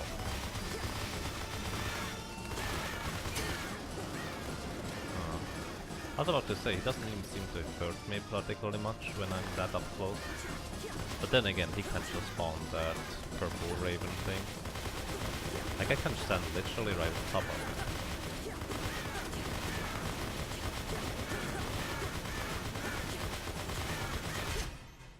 And then suddenly purple. That chest is a guaranteed warp shard, yes, but the thing is it respawns after I pick it up. That's kind of what I'm getting at. I opened it every time and then saved again. Actually, like multiple times now. I don't think I had 9 warp shards at the beginning. I may have had, but you get the idea. So this is interesting. I could use a light wall, I guess, in order to avoid the ravens from hitting me, but the purple ones will still get through. I can stay at range for safety. Maybe just Sanguine Ring and punching through might be a way to go. Or, alternatively, since this guy doesn't seem to have a hitbox, I could just try my other strategy. If you remember, let's try Forbidden Tomb with Icicle Ring. Then we use Iron with Icicle. Then we use Radiant, also with Icicle. Then I'm going to set my options to have the input to attack and switch at the same button. Save again. Let's see how this is going to work.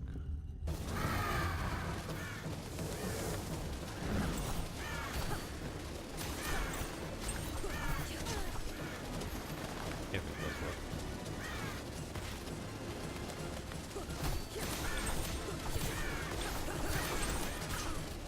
It might work, but it's kind of awkward to try and hit him. It might work, but yeah, never mind then.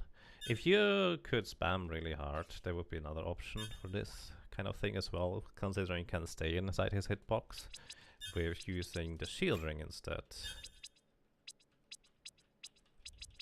The problem is just staying inside his, not the shield ring. A scythe ring is it as actually.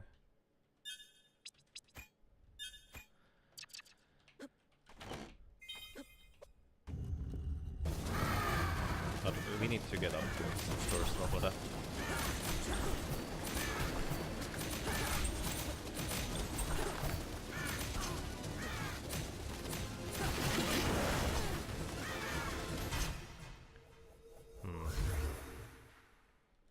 So the interesting thing is, the scythe ring seems to deal a lot of damage to that guy.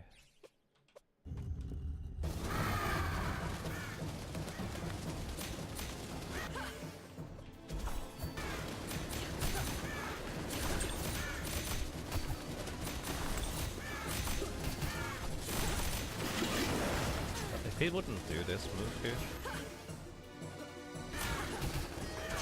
it would be relatively simple for me to just stick to his hitbox.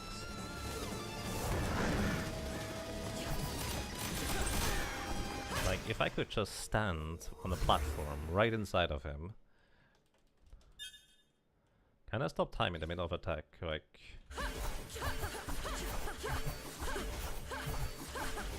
You want me to do this kind of thing? I can just spam both buttons. Maybe that does something interesting. I need to wait until he's on a convenient platform though, where I can just stand and spam.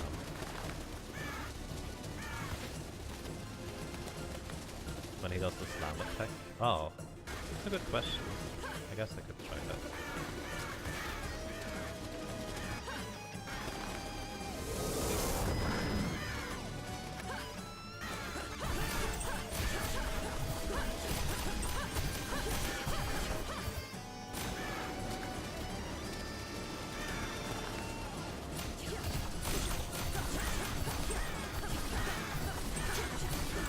Either way, if you didn't have to worry as much about... No, I don't think so. If you didn't have to worry as much about your health in level 1 mode, this might actually be insane damage.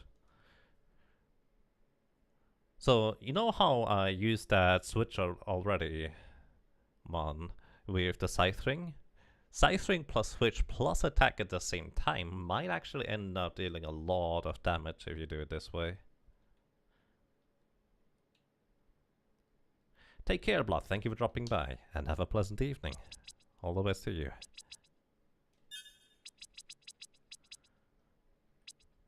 Okay, let's actually go back to regular gameplay, I would say. Which means I'm going to get my gun orbs and the shield ring. What else? Radiant? No, not really.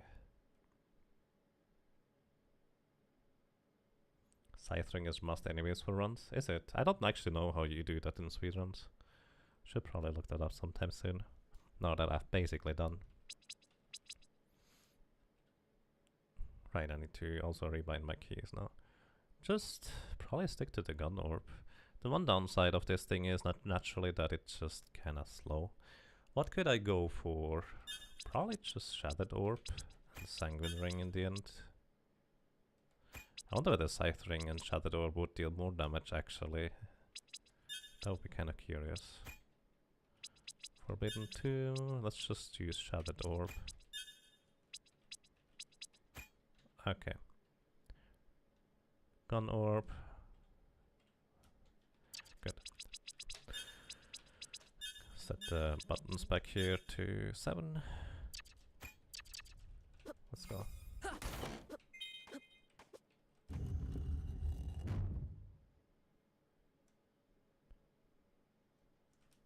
We still need to settle on what we use for what wasn't, but it will change things again, so you're back to 0.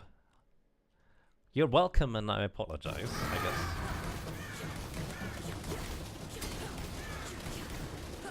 I'm just going to try and do ranged attacks, kind of like I took on Ifrit. The only downside seems to be that this guy seems to have a lot of health. I just got hit for no good reason.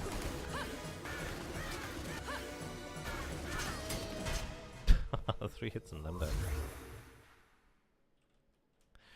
Actually, it would probably be on 4 hits if I were to leech a little bit of health.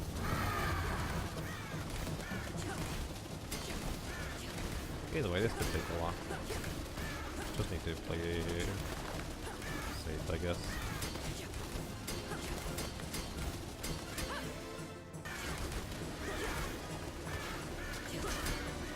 This thing turns around way quick.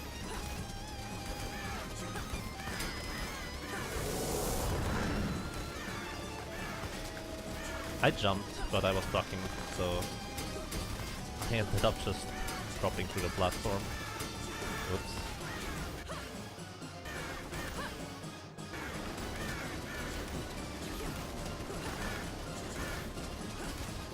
52 damage every time I hit the double attack.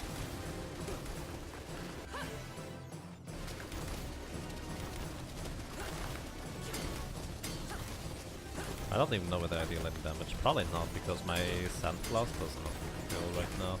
I wonder whether it refills in the first place in this fight. It might actually just not refill. You still chase me? How long do you chase me for? That is rude. 77 damage only from the slam.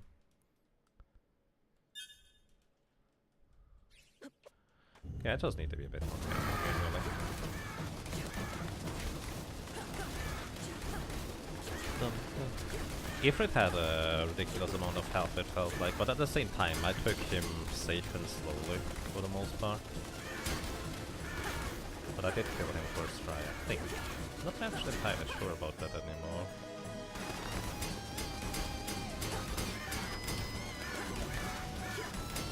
Trying to figure out whether there's a tell.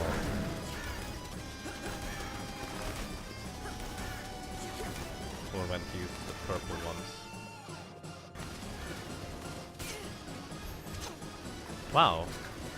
Those things chased me way too far. Well, my book anyways.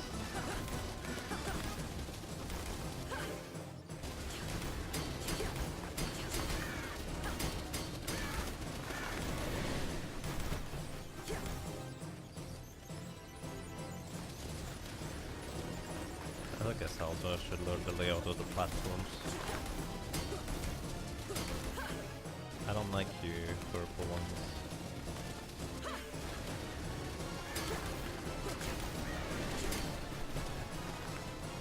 Top left? No, top right.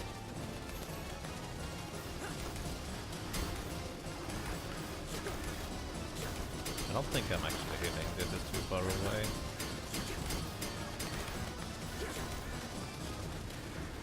I jumped on top of that, that's not good.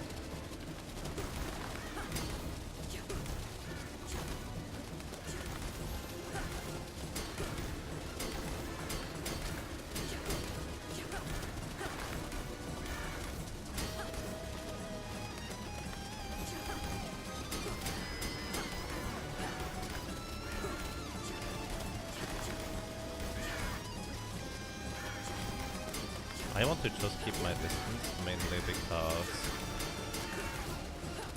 I don't want to get surprised by purple. Stop.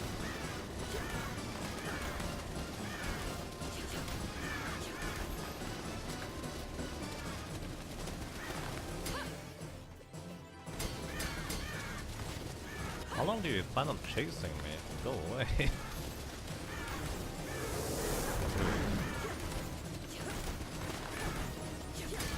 I like how the fairy basically gave me back up from 2 HP to 137 now. That's why I stuck to the fairy as my little familiar. I figured that would be one of the more useful ones, since I don't really rely on their damage in any way, shape or form, so just utility heal seemed to be the way to go. Why am I going above? Well, I guess mainly because I don't know where the platforms are. 196, so I'm not safe until I have 196. You can't wait to buy this game and only use the gun, or good luck with that.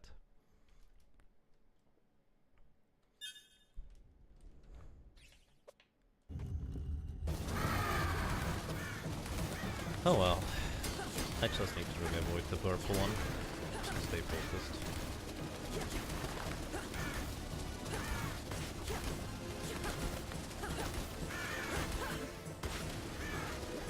So this is kind of like initially a bit of a boomerang attack. Seemingly that's all there is to it. Also I cannot stop time during this attack, by the way, in case you're curious.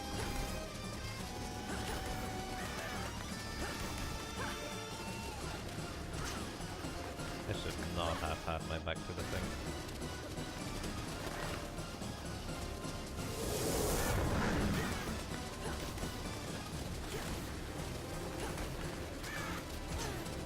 I just jumped right into that.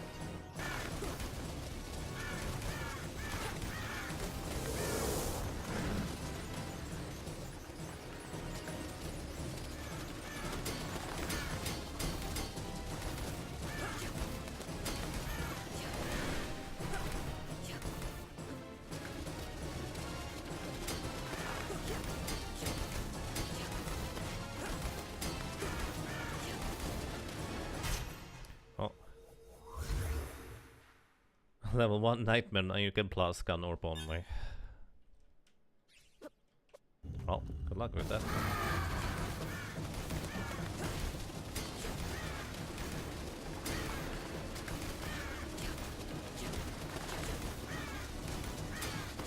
I mean, it seems like it would work fine for the most part, although some bosses you would have trouble with.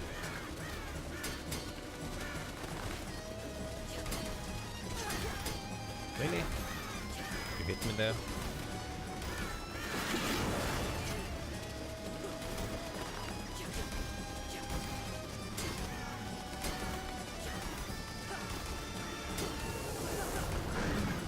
Oh, that's the attack.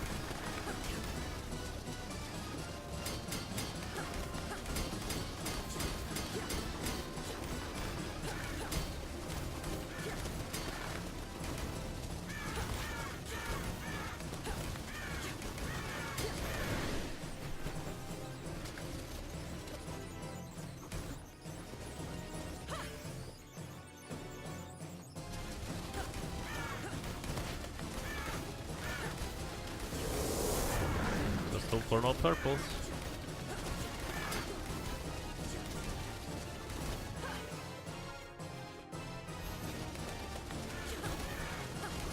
There's the purple. Go away! Ah, never remember where the platforms are. And I should not have stood up there. You did the same with Eye-Orb. Nice. Speaking of Eye-Orb, let's actually try it. Might as well. Well, let's actually use Eye-Orb plus Scythe Ring. Just to see.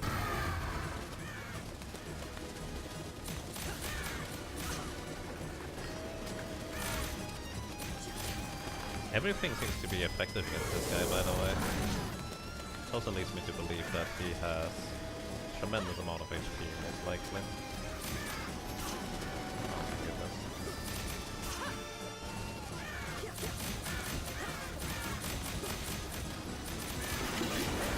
Good night.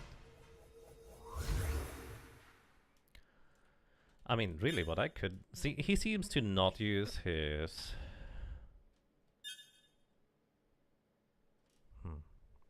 Frame drops go away. He seems to not use his little red raven attack if I'm too close, but he still uses the purple one. But the purple one seems to be on a timer. So what I might be able to do is just use Wind Orbs plus Scythe Ring and just go up and close and personal.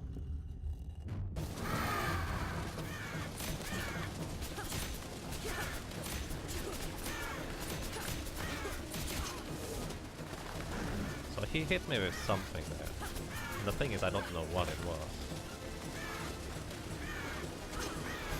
Right, I don't have the shield ring equipped right now. Oh well, I think I'm going back to the range mode. Slow but safe.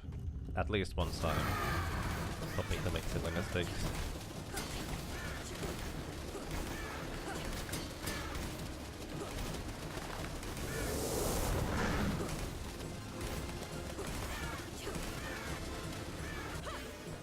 Sometimes it's chasing ravens, sometimes it's the ones that are basically more like a boomerang. And I get hit for no reason.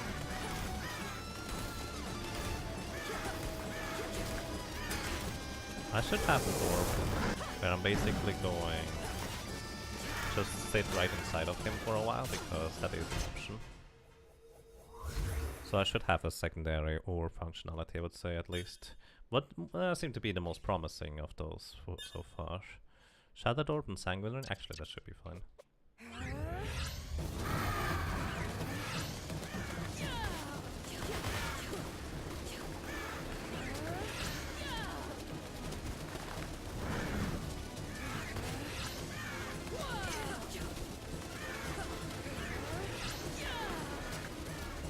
I don't even know whether this does any damage. It doesn't seem to do damage, it just seems to fall flat. It does damage. Alright, I was just curious, really.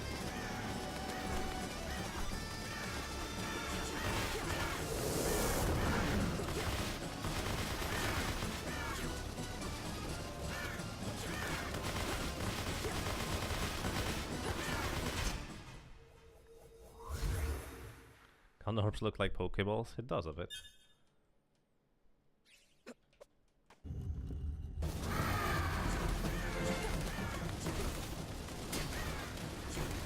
Purple Raven has to be a certain distance to you to travel back to him. Right. That sounds all right, actually. Let's see if I... Possibly. I'm at me. Pupil! Pupil, thank you for half a year of continuous support, and way more before that. Welcome back to you. Oh, I'm glad you enjoyed your stay. Wait, that's a good point, Shira. I was thinking about that too. Sometimes when I was cutting it really close, they seem to go away a bit quicker. But I kind of attributed that to be me leading his Purple Raven closer back to him rather than anything else. No, I think you're right actually on that. Yeah, that's good. I think your theory is very much valid. So instead of getting chased by the Purple Raven for way too long, I'm just going to do it this way, I guess.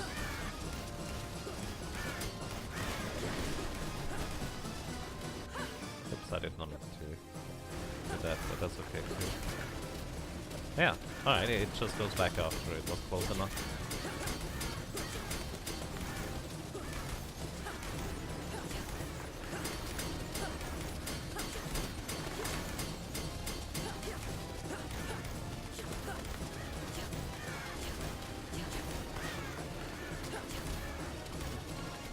Yep, okay.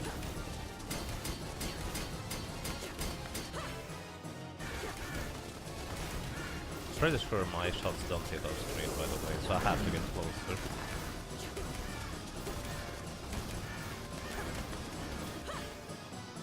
I think he's going back now? Yeah. Stop, you're annoying.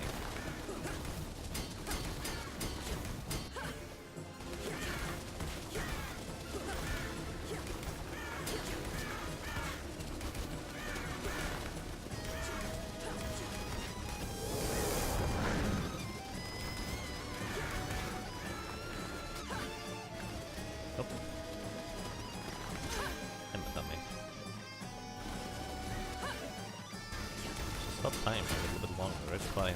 I have resources to do so.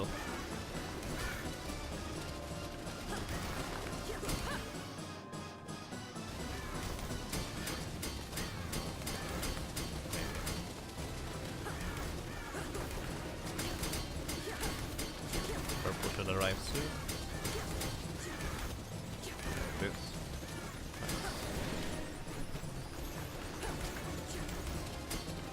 Teleport away.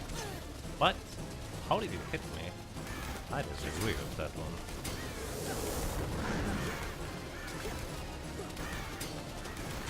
I was too slow. Or the rain too fast, depends on how you look at it. How to win every Poke battle. Put guns in your alt instead of Pokemon and just shoot the other trainer. Yeah.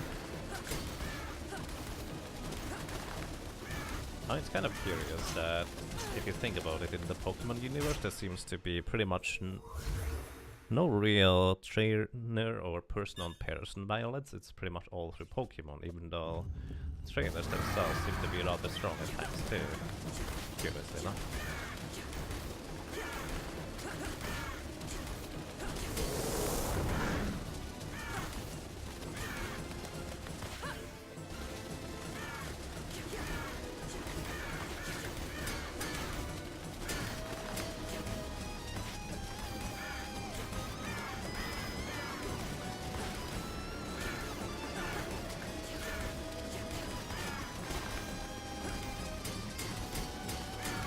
This guy is more annoying than anything else. I don't know where to stand.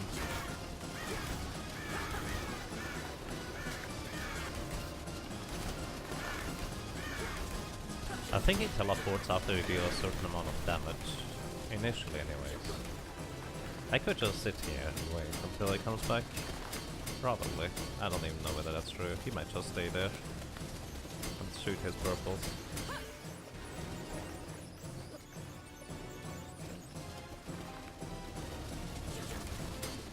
Is there a platform below me? There is, but it's a bit of an awkward spot, I guess. He doesn't shoot his red ravens during the wind, so I don't have to worry about them. For that matter during that. So.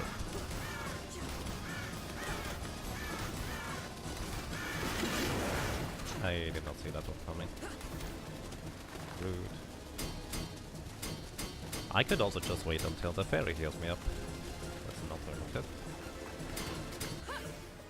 Briefly touch the purple. I don't even have to stop time for this.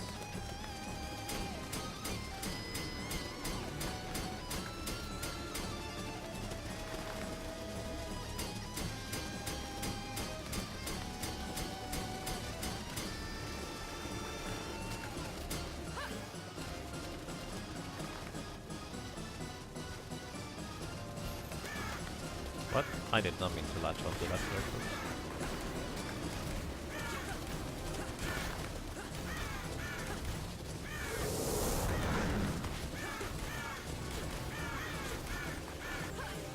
This is not close enough, he's going to keep chasing me. Alright. At least we have a better platform now. Or not.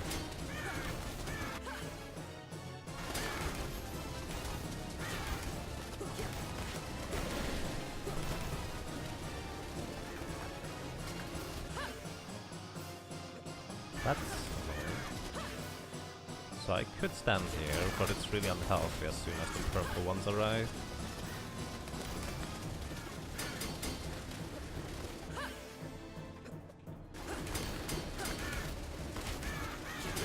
Oh my goodness, why do you come already?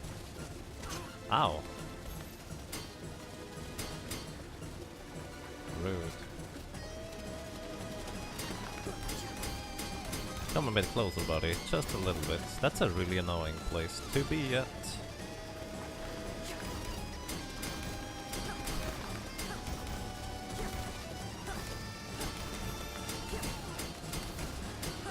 I'm pretty sure I'm not hitting at all. Purple seems to go faster and faster too. Really? Oh my god. I see why you call this moth here annoying.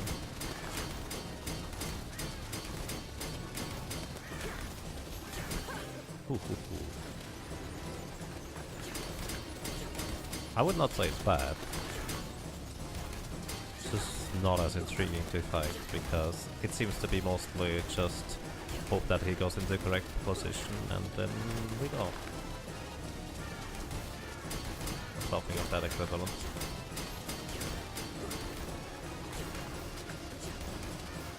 How much higher do you want to go, buddy?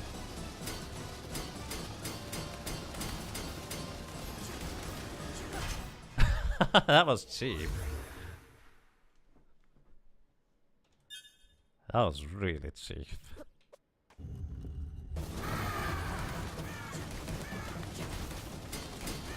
And I just feel like there's not really...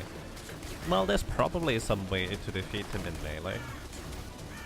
Rather than me using ranged attack force.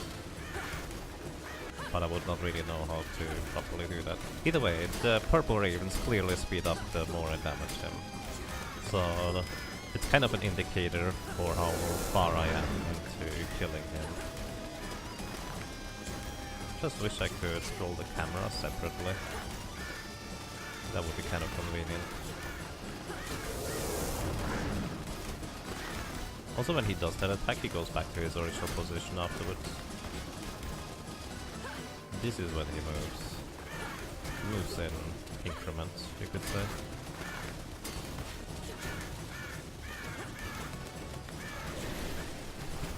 Okay. Now he's somewhere on the right side. This is pretty much the center platform, if I'm not mistaken.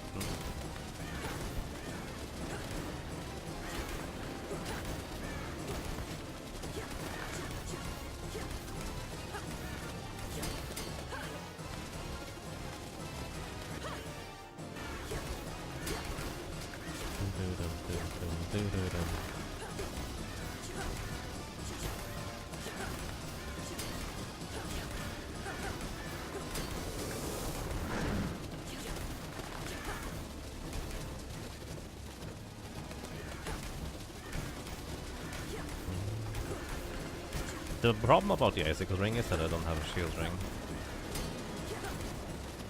Like the Sanguine ring would also be nice to heal up just a little bit, even if it's not all that efficient with the gun orb. But it's just like I would lose my shield. I can only use one ring at a time.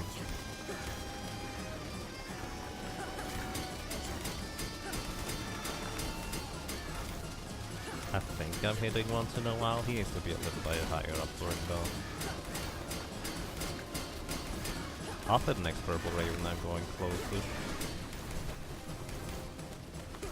Did he? He did. I might have hit him this entire time. What? Really? Okay.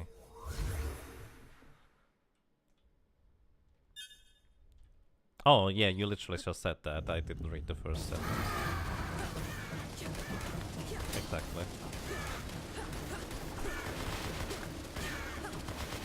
Actually, Shadow Orb seems to be the only orb he is not really particularly weak against.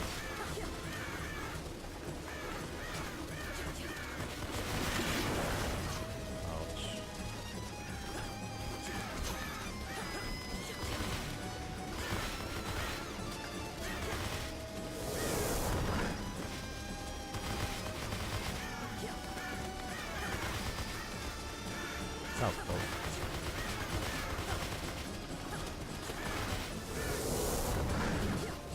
Oopsie.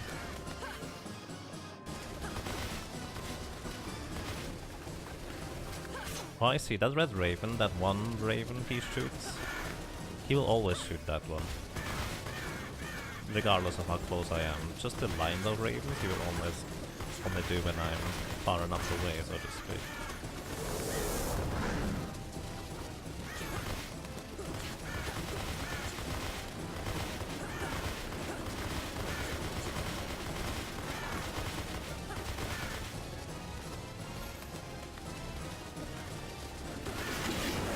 What? Okay. Must have been in the middle of him.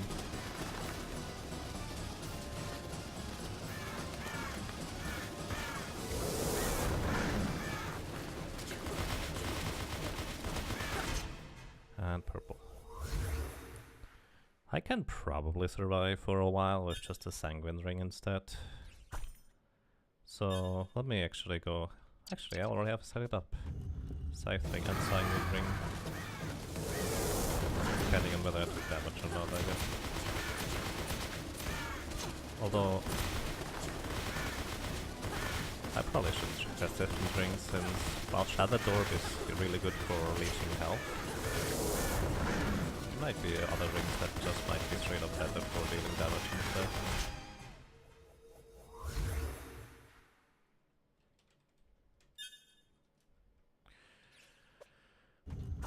I really want to try and go ahead and just deal damage with the Sanguine ring for a while, just to get the initial damage in before I need to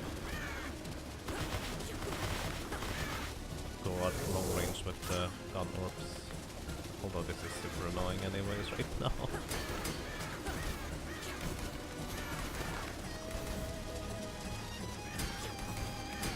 Also need to be careful about the shield not covering from the bottom really. Seems to be kind of a major problem, speaking of which. Not just going in with the Sanguine ring at this point. There might be tells as to when he is going to use a certain attack or when he attacks in general. I've not really paid attention to his eyes and stuff. Let's look at his eyes real quick. If I could.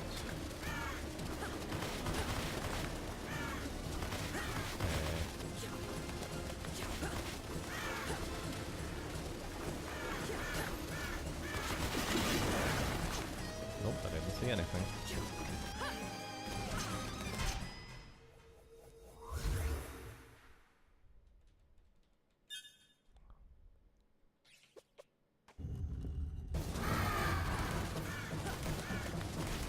Oh well.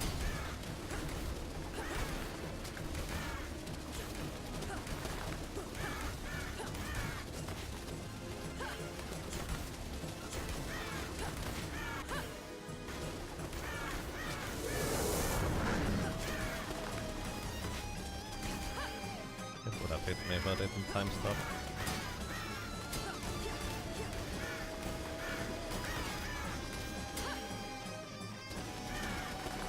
I see, that's an easy way to make sure the purple Raven goes back right after.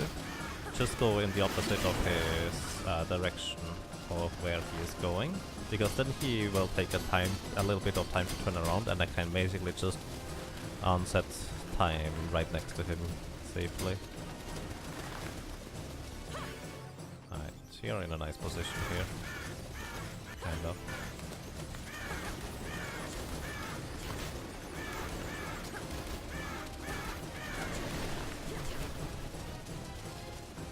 And there was a nice position.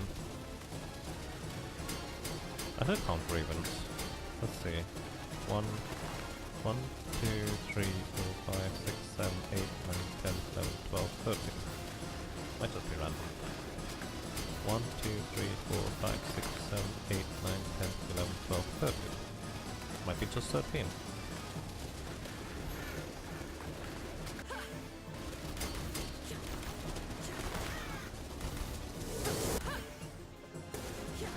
I don't think I was close enough for that to hit, so I probably should not have worried about jumping away.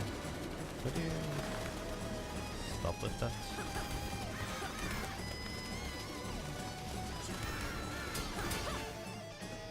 There's no way to stand properly here right now. Unless I want to go right into the middle of him, which I could, I guess, do after he does that attack.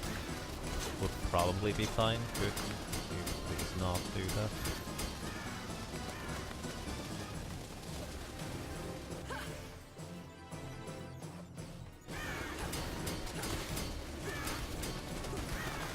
I mean, his movement up and down, or any direction for that matter, seems to be just random. I don't know whether that's true or not though. Like, it might be influenced by where I am at. Currently it does not appear to be the case. I don't see that.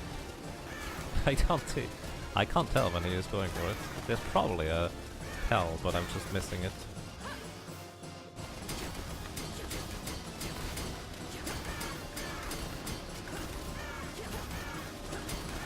If the tell is in his eyes, then it's just like, well, he is way too high up, I can't see him.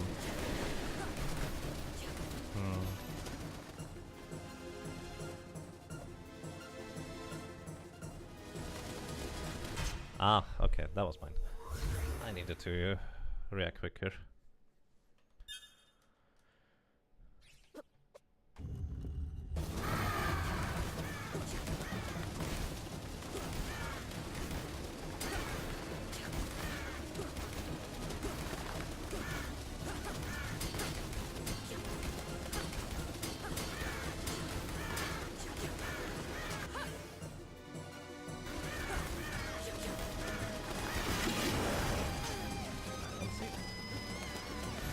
Probably not looking at the correct spot then.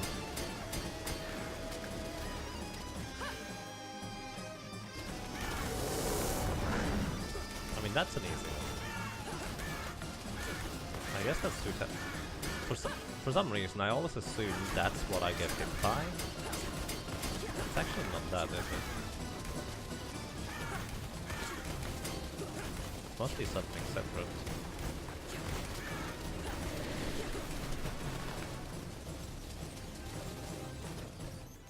I think he always teleports to the bottom right.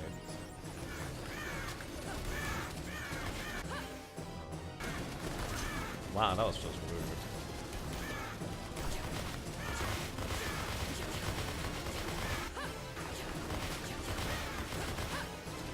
Okay, that was the attack there.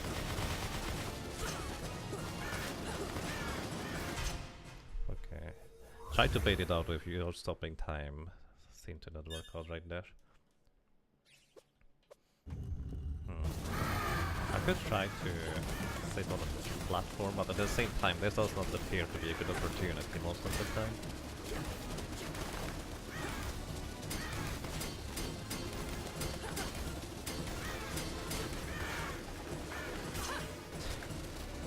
That's just entirely a lie, really.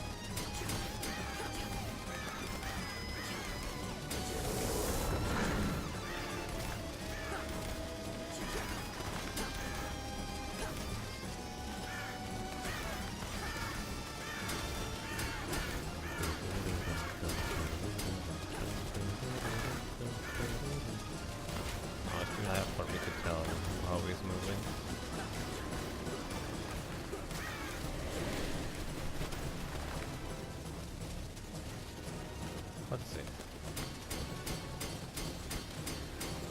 I'm going to wait for the purple raven. It seems to come with a very irregular interval, really. Like, it might just kind of be in a timer compared separate from everything else. Could you please jump through this?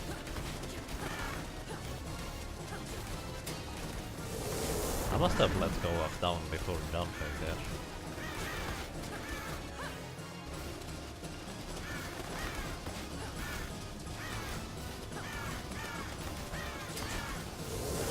I guess this would be nice where if I had a close range attack weapon instead of just only the long range one. Oh, I'm on the other side now.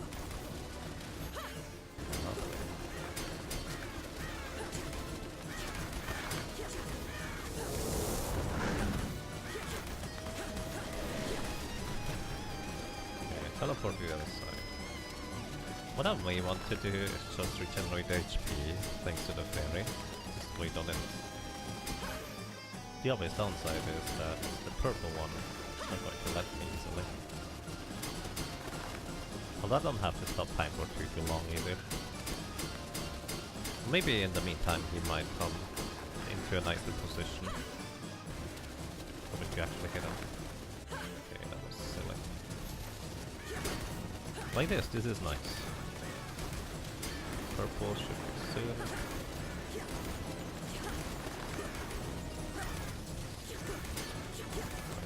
Here. Oh, come on.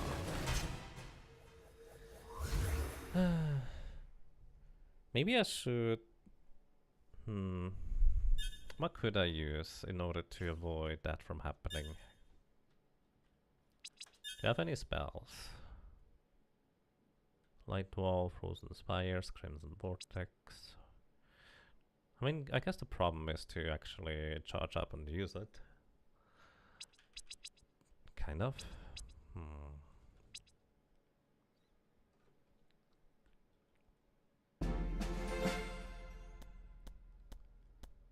Oh, Velocity, thank you for the 5 months in a row support. Welcome back to you. And well, I hope your day is going to be better than mine very soon. Thank you. And welcome back to you. Crimson Vortex. Actually curious how good that would be. Let's just test it.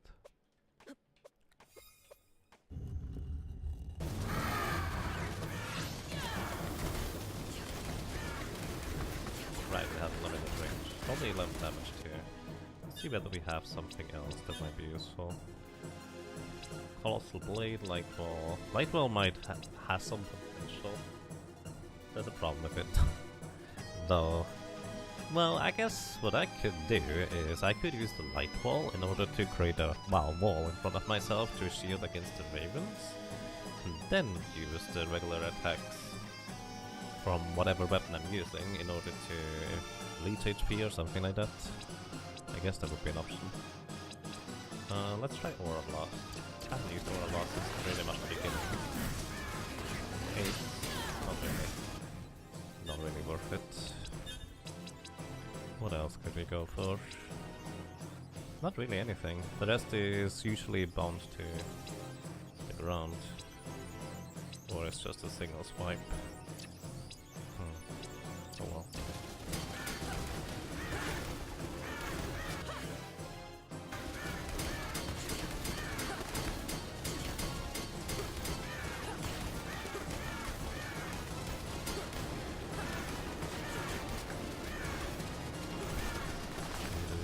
I probably should just be careful and pull it off with the guns instead. Might make it easier in the long run. Like, as long as I'm not too greedy, it should be fine, but at the same time, it feels like sometimes there's just those inescapable ravens that come from a really strange angle. Obviously they're not really inescapable, it just feels like it. I'm not sure I'm getting him from here. Too late.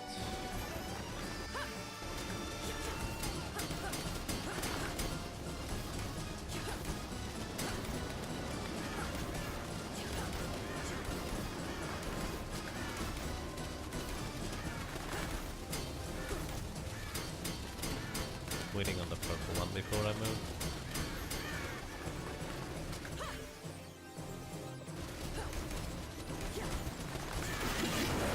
Okay. Well, that was not quite on mine.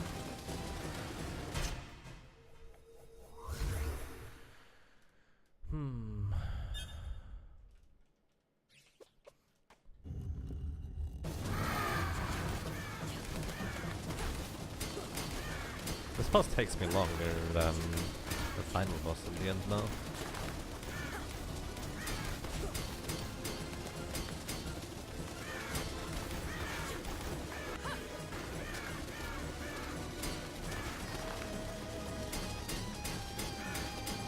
Come down, buddy. I can't hit you there. You're almost above the shield now.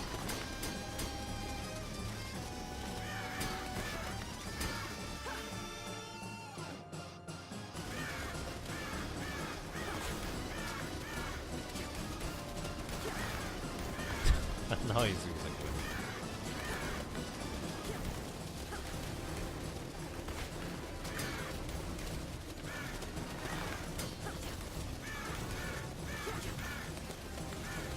I completely forgot I had this move, by the way. I completely forgot about this.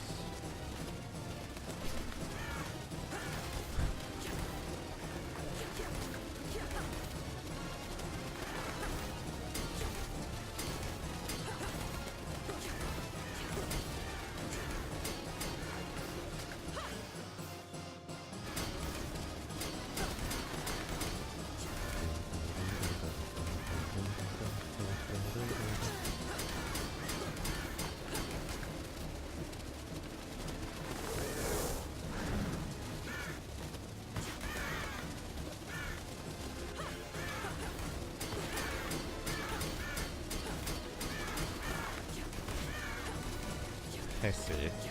Take care, Velocity. Have a nice night. Take care.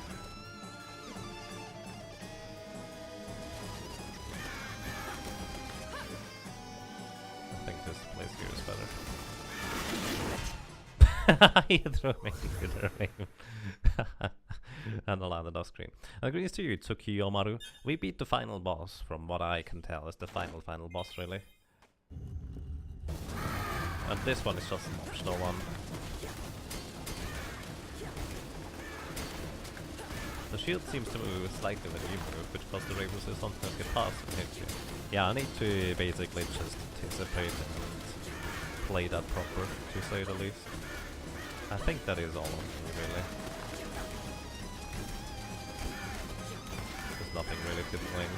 I mean, the boss is still annoying, but I don't think there's anything terribly bad about it in terms of being so unfair that there's nothing I can do about it.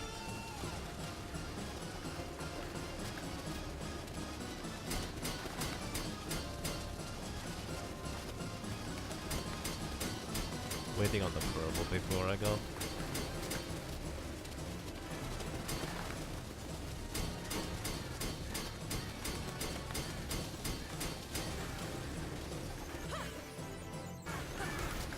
No! Actually, I have that move. I forgot about it again. It's just kind of also awkward to use that move too. Could you come back up, please? Oh my goodness, that's going to hit me from there. What? Really? How did you get up there all of a sudden? Not fair.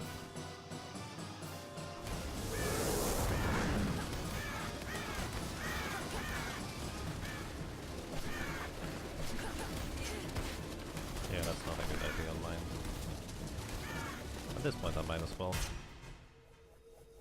That's not what I meant to do. This fight gives the meaning endurance battle quite a new meaning. There's other bosses where it was actually a really intriguing endurance battle.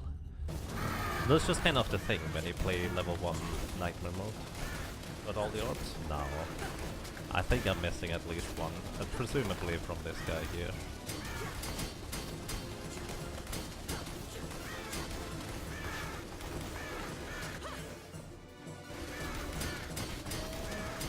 Hit him.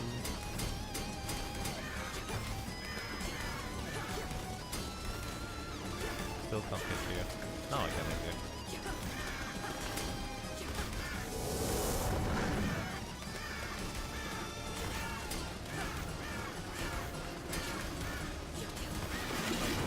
I can't tell when he's doing that.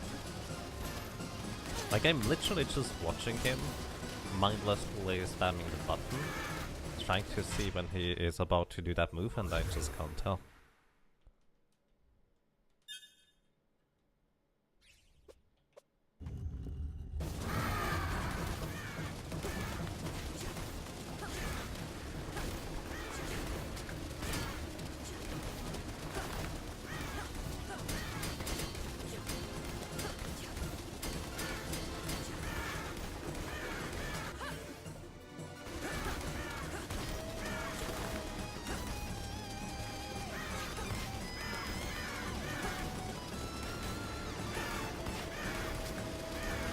I should just count on how long it takes until the purple raven comes back.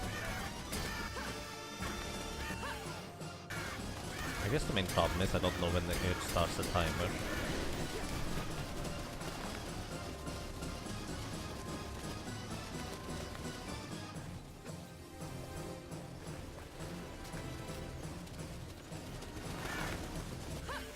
It's not a good place to stand.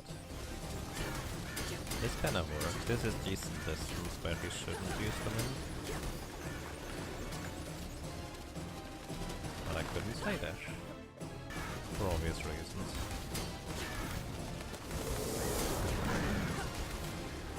He's going to use the wind at this distance. Unless he moves back. No, he still use the wind.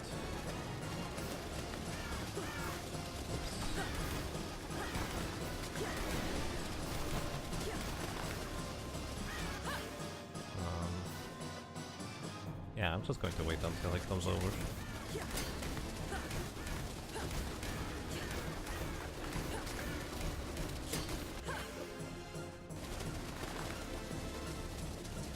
Ooh, I didn't realize there was a ceiling there.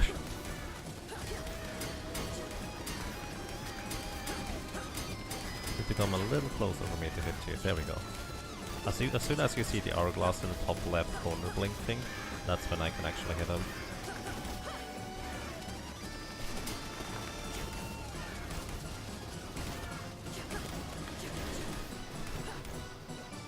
Okay, where are you now? Below me? Kind of.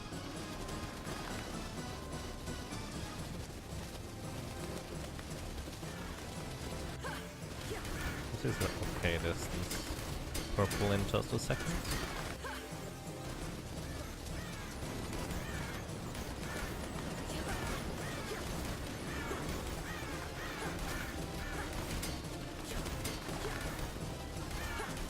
It's almost a little bit too high up. Okay, this is better. Cool.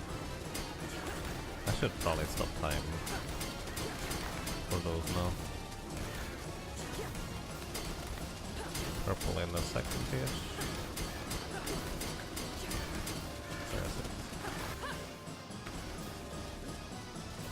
Okay, just double checking whether it chases me still. Can't hit him down there. Don't think there's a platform there. Is it? Well, there is one, I guess. Purple in a few seconds.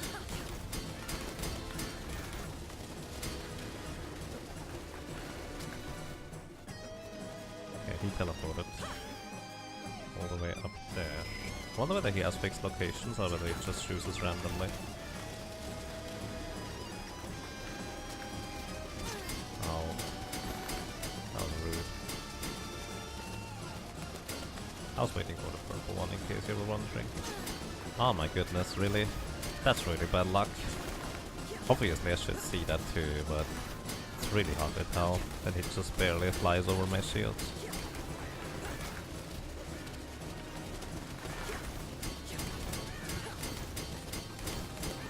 Could you come a little bit closer? Thank you.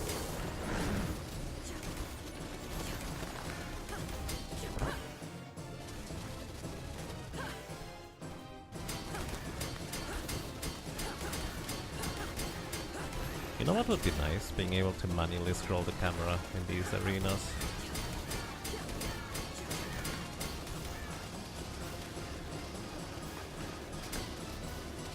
That was really close. I should have ducked there.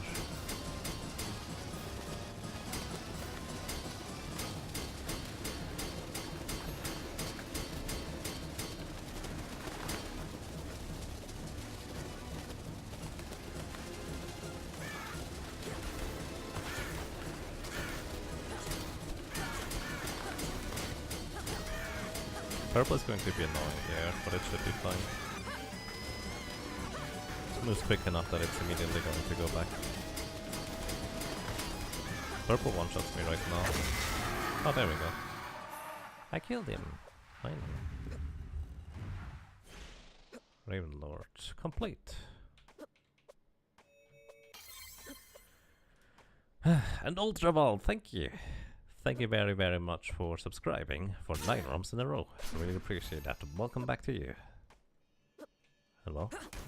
Glad you enjoy your stay. The Nether Orb. Rip enemies apart with Dimension Rifts.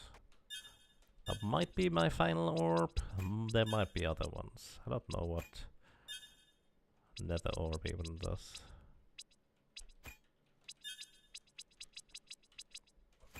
Nether Orb.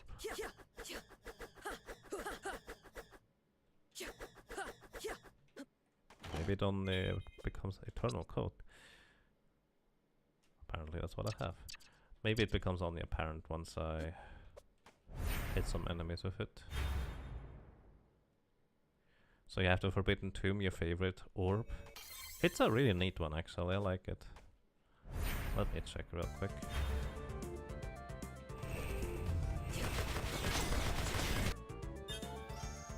This is the Nether Orb. I don't get it. It used to be the exact same as the blue orb.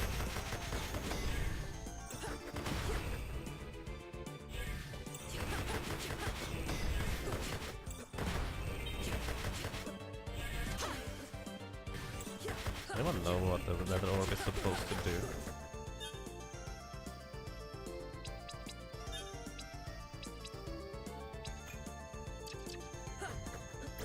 Nether Orb is basically a much stronger blue orb on basic attack. I see. Fair enough. Alrighty, I guess that was all the bosses except the other branching path boss, I would assume. Okay, and I think that's it for Timespinner. We don't remember what the ring and amulet took though. Oh, that's a good point. Those things do make a ring and amulet, so let's actually take a quick look at that too. Yes, I kind of forgot they even existed. We haven't even seen all of those yet. Alright, let's try to get all of those real quick. Hi. Let's see, all the aura necklace. Incinerate foes with short range flames is an aura. We already had that in the previous playthrough. Crushes foes with enormous hammer. I assume it's the same as the gigantic or colossal blade. Creates a horizontal laser of electrical destruction. We've already had that one in the previous playthrough. Surround yourself with reaching winds that tear nearby foes apart. I actually don't remember how this one worked. Arm cannon we have never seen before. Chaos blades mow down your foes with flurry of bone blades. Sounds interesting. And now we need more of those things to buy stuff. Jin Inferno summons an enormous ball of magma to destroy foes and corruption. Release passively collected souls in an unholy explosion. Passively collected, you say? Interesting. Basically kill them with another orb and then leash. That might make actually the Nether Orb way more interesting than it is currently. Although I do like the concept of just using the blue orb, honestly. The blue orb is probably a lot stronger than you initially feel like giving credit for.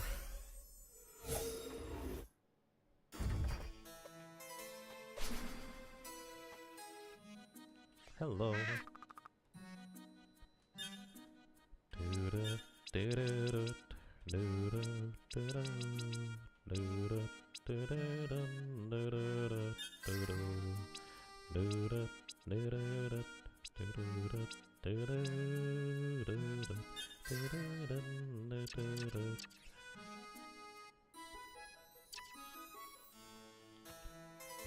Oops, wrong button.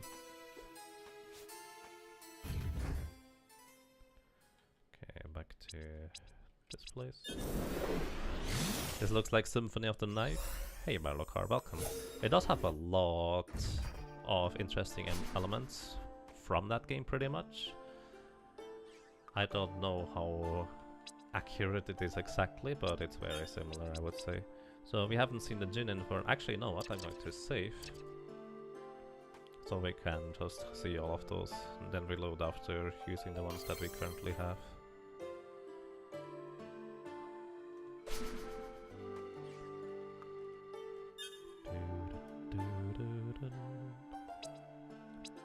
In this case we could also just test this one.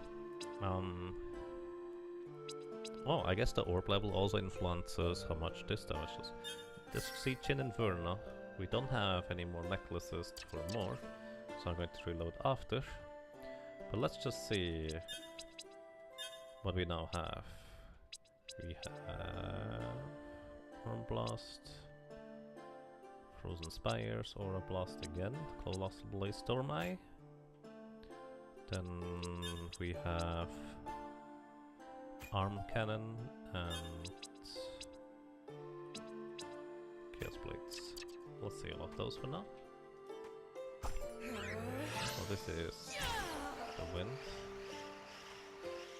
This could be really good. Hard to tell. This is the arm cannon. Looks kinda neat. Oh, I like that one actually. That's really neat. Right, what do we have for rings? A Pyro Ring immolates melee attacks, causing them to ignite enemies and objects. Sounds okay, I guess. Royal Ring refreshes the mind, increasing aura recovery rate, just a passive. Expands aura, point to strengthen melee attacks. Right. Reduces the aura cost of spells. Health replenishes over time. Oh. Well, I wonder how quick that replenishment is. I highly doubt it's better than the Sanguine Ring, but we could check it. Shadow Seal missing health increases melee damage. This could also be really interesting. I would be curious how powerful it is exactly. I mean, I might as well buy it. Then we can just reinforce orbs for the rest of it.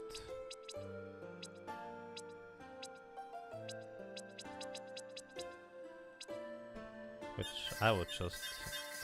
I'll go all the way on Shattered Orbs at this point, seeing which preference I had anyways. Let's see, let's go and take a bit of damage. Oh, don't save here, by the way. I don't want to save right now. Let's take a bit of damage and then try out the rings. First of all, the Sun Ring is on 2, and then we have the Shadow Ring on 1. Probably should choose something that I'm more familiar with, like the Shattered Orbs.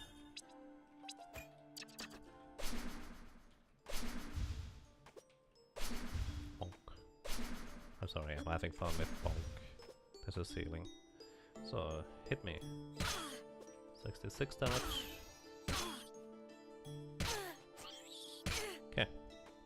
Let's see the Sun Ring real quick.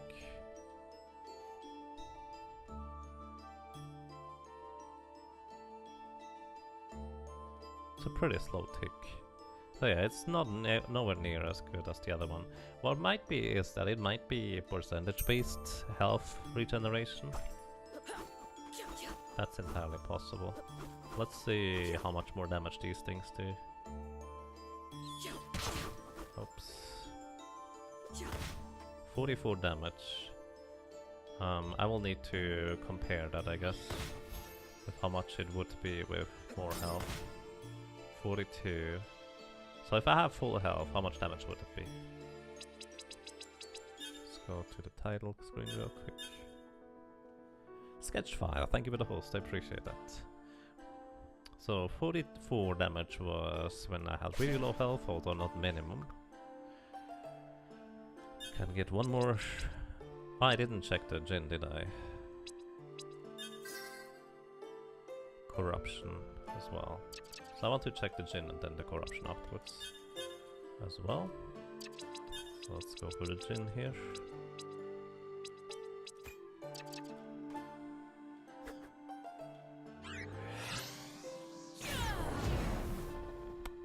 Could be pretty good. Hard to tell. Let's not save again. Same reason as before. Let me get my Shattered Orbs without anything added. Let's see. 44 damage down to 14. So this is more than double the damage actually, if I'm on really low health. So this is better than the Bleak Ring. In fact, you can probably do this in conjunction with Bleak Ring, with specific HP values. I could have just removed the ring to see how much damage I did. That's a very good point. You know, I'm not that smart.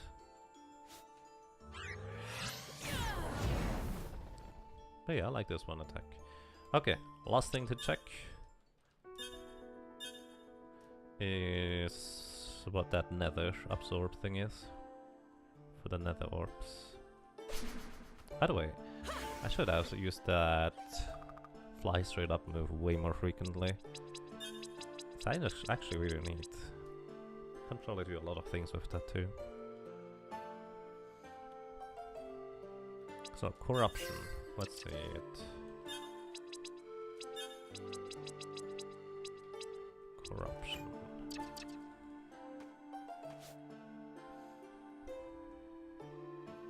At this point I might as well save, it's fine.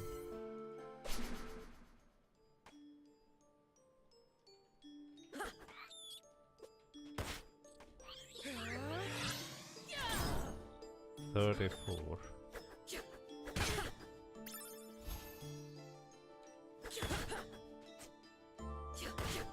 As you can see, it does start powering them up more. That was 3 kills so far.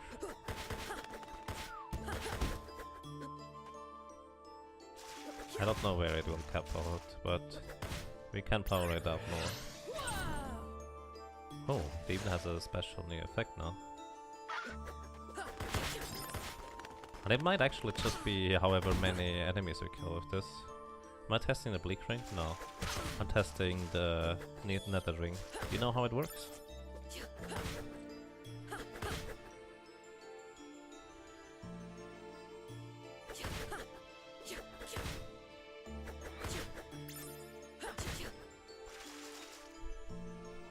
Did I get the shiny rock? I did. Hey Ghost Blackarm, how are you doing? Welcome. I didn't figure out what the shiny rock may do. I had it literally equipped from the moment I acquired it, just to see whether anything might happen anyway. But it didn't seem to do anything. Open not an option for any percent. Let's see.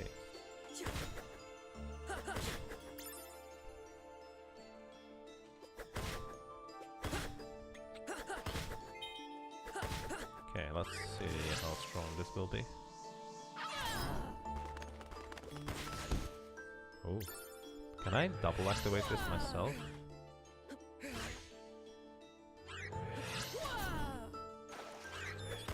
Oh, okay. So here's the thing, I can only fire so many souls. Each soul adds 2 of those projectiles to the thing.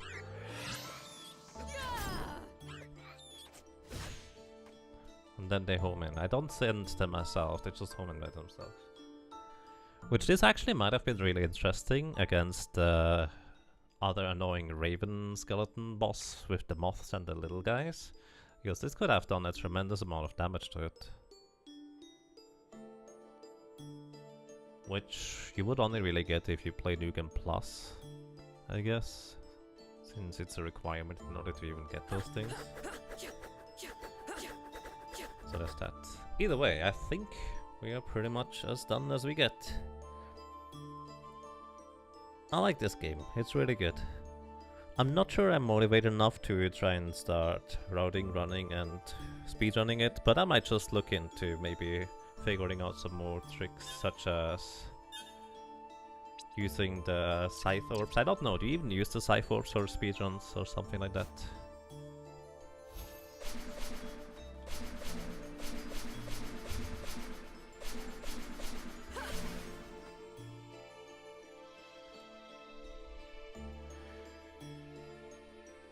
But yeah, that's that. You're excited for Stardew? Yeah, Stardew is coming up. I will do at least one practice run this week, and also some more solo character challenge percent, which is now going to be glitchless, because we needed to fill in a little bit more time, so that's going to be awesome. And also I will play a little bit of Rogueman, so mostly this week is going to be the remainder just practice for the upcoming Ragnarok Marathon, I would imagine. And we're also likely going to test at version 30 for Zelda Link to the Past Randomizer. Alrighty.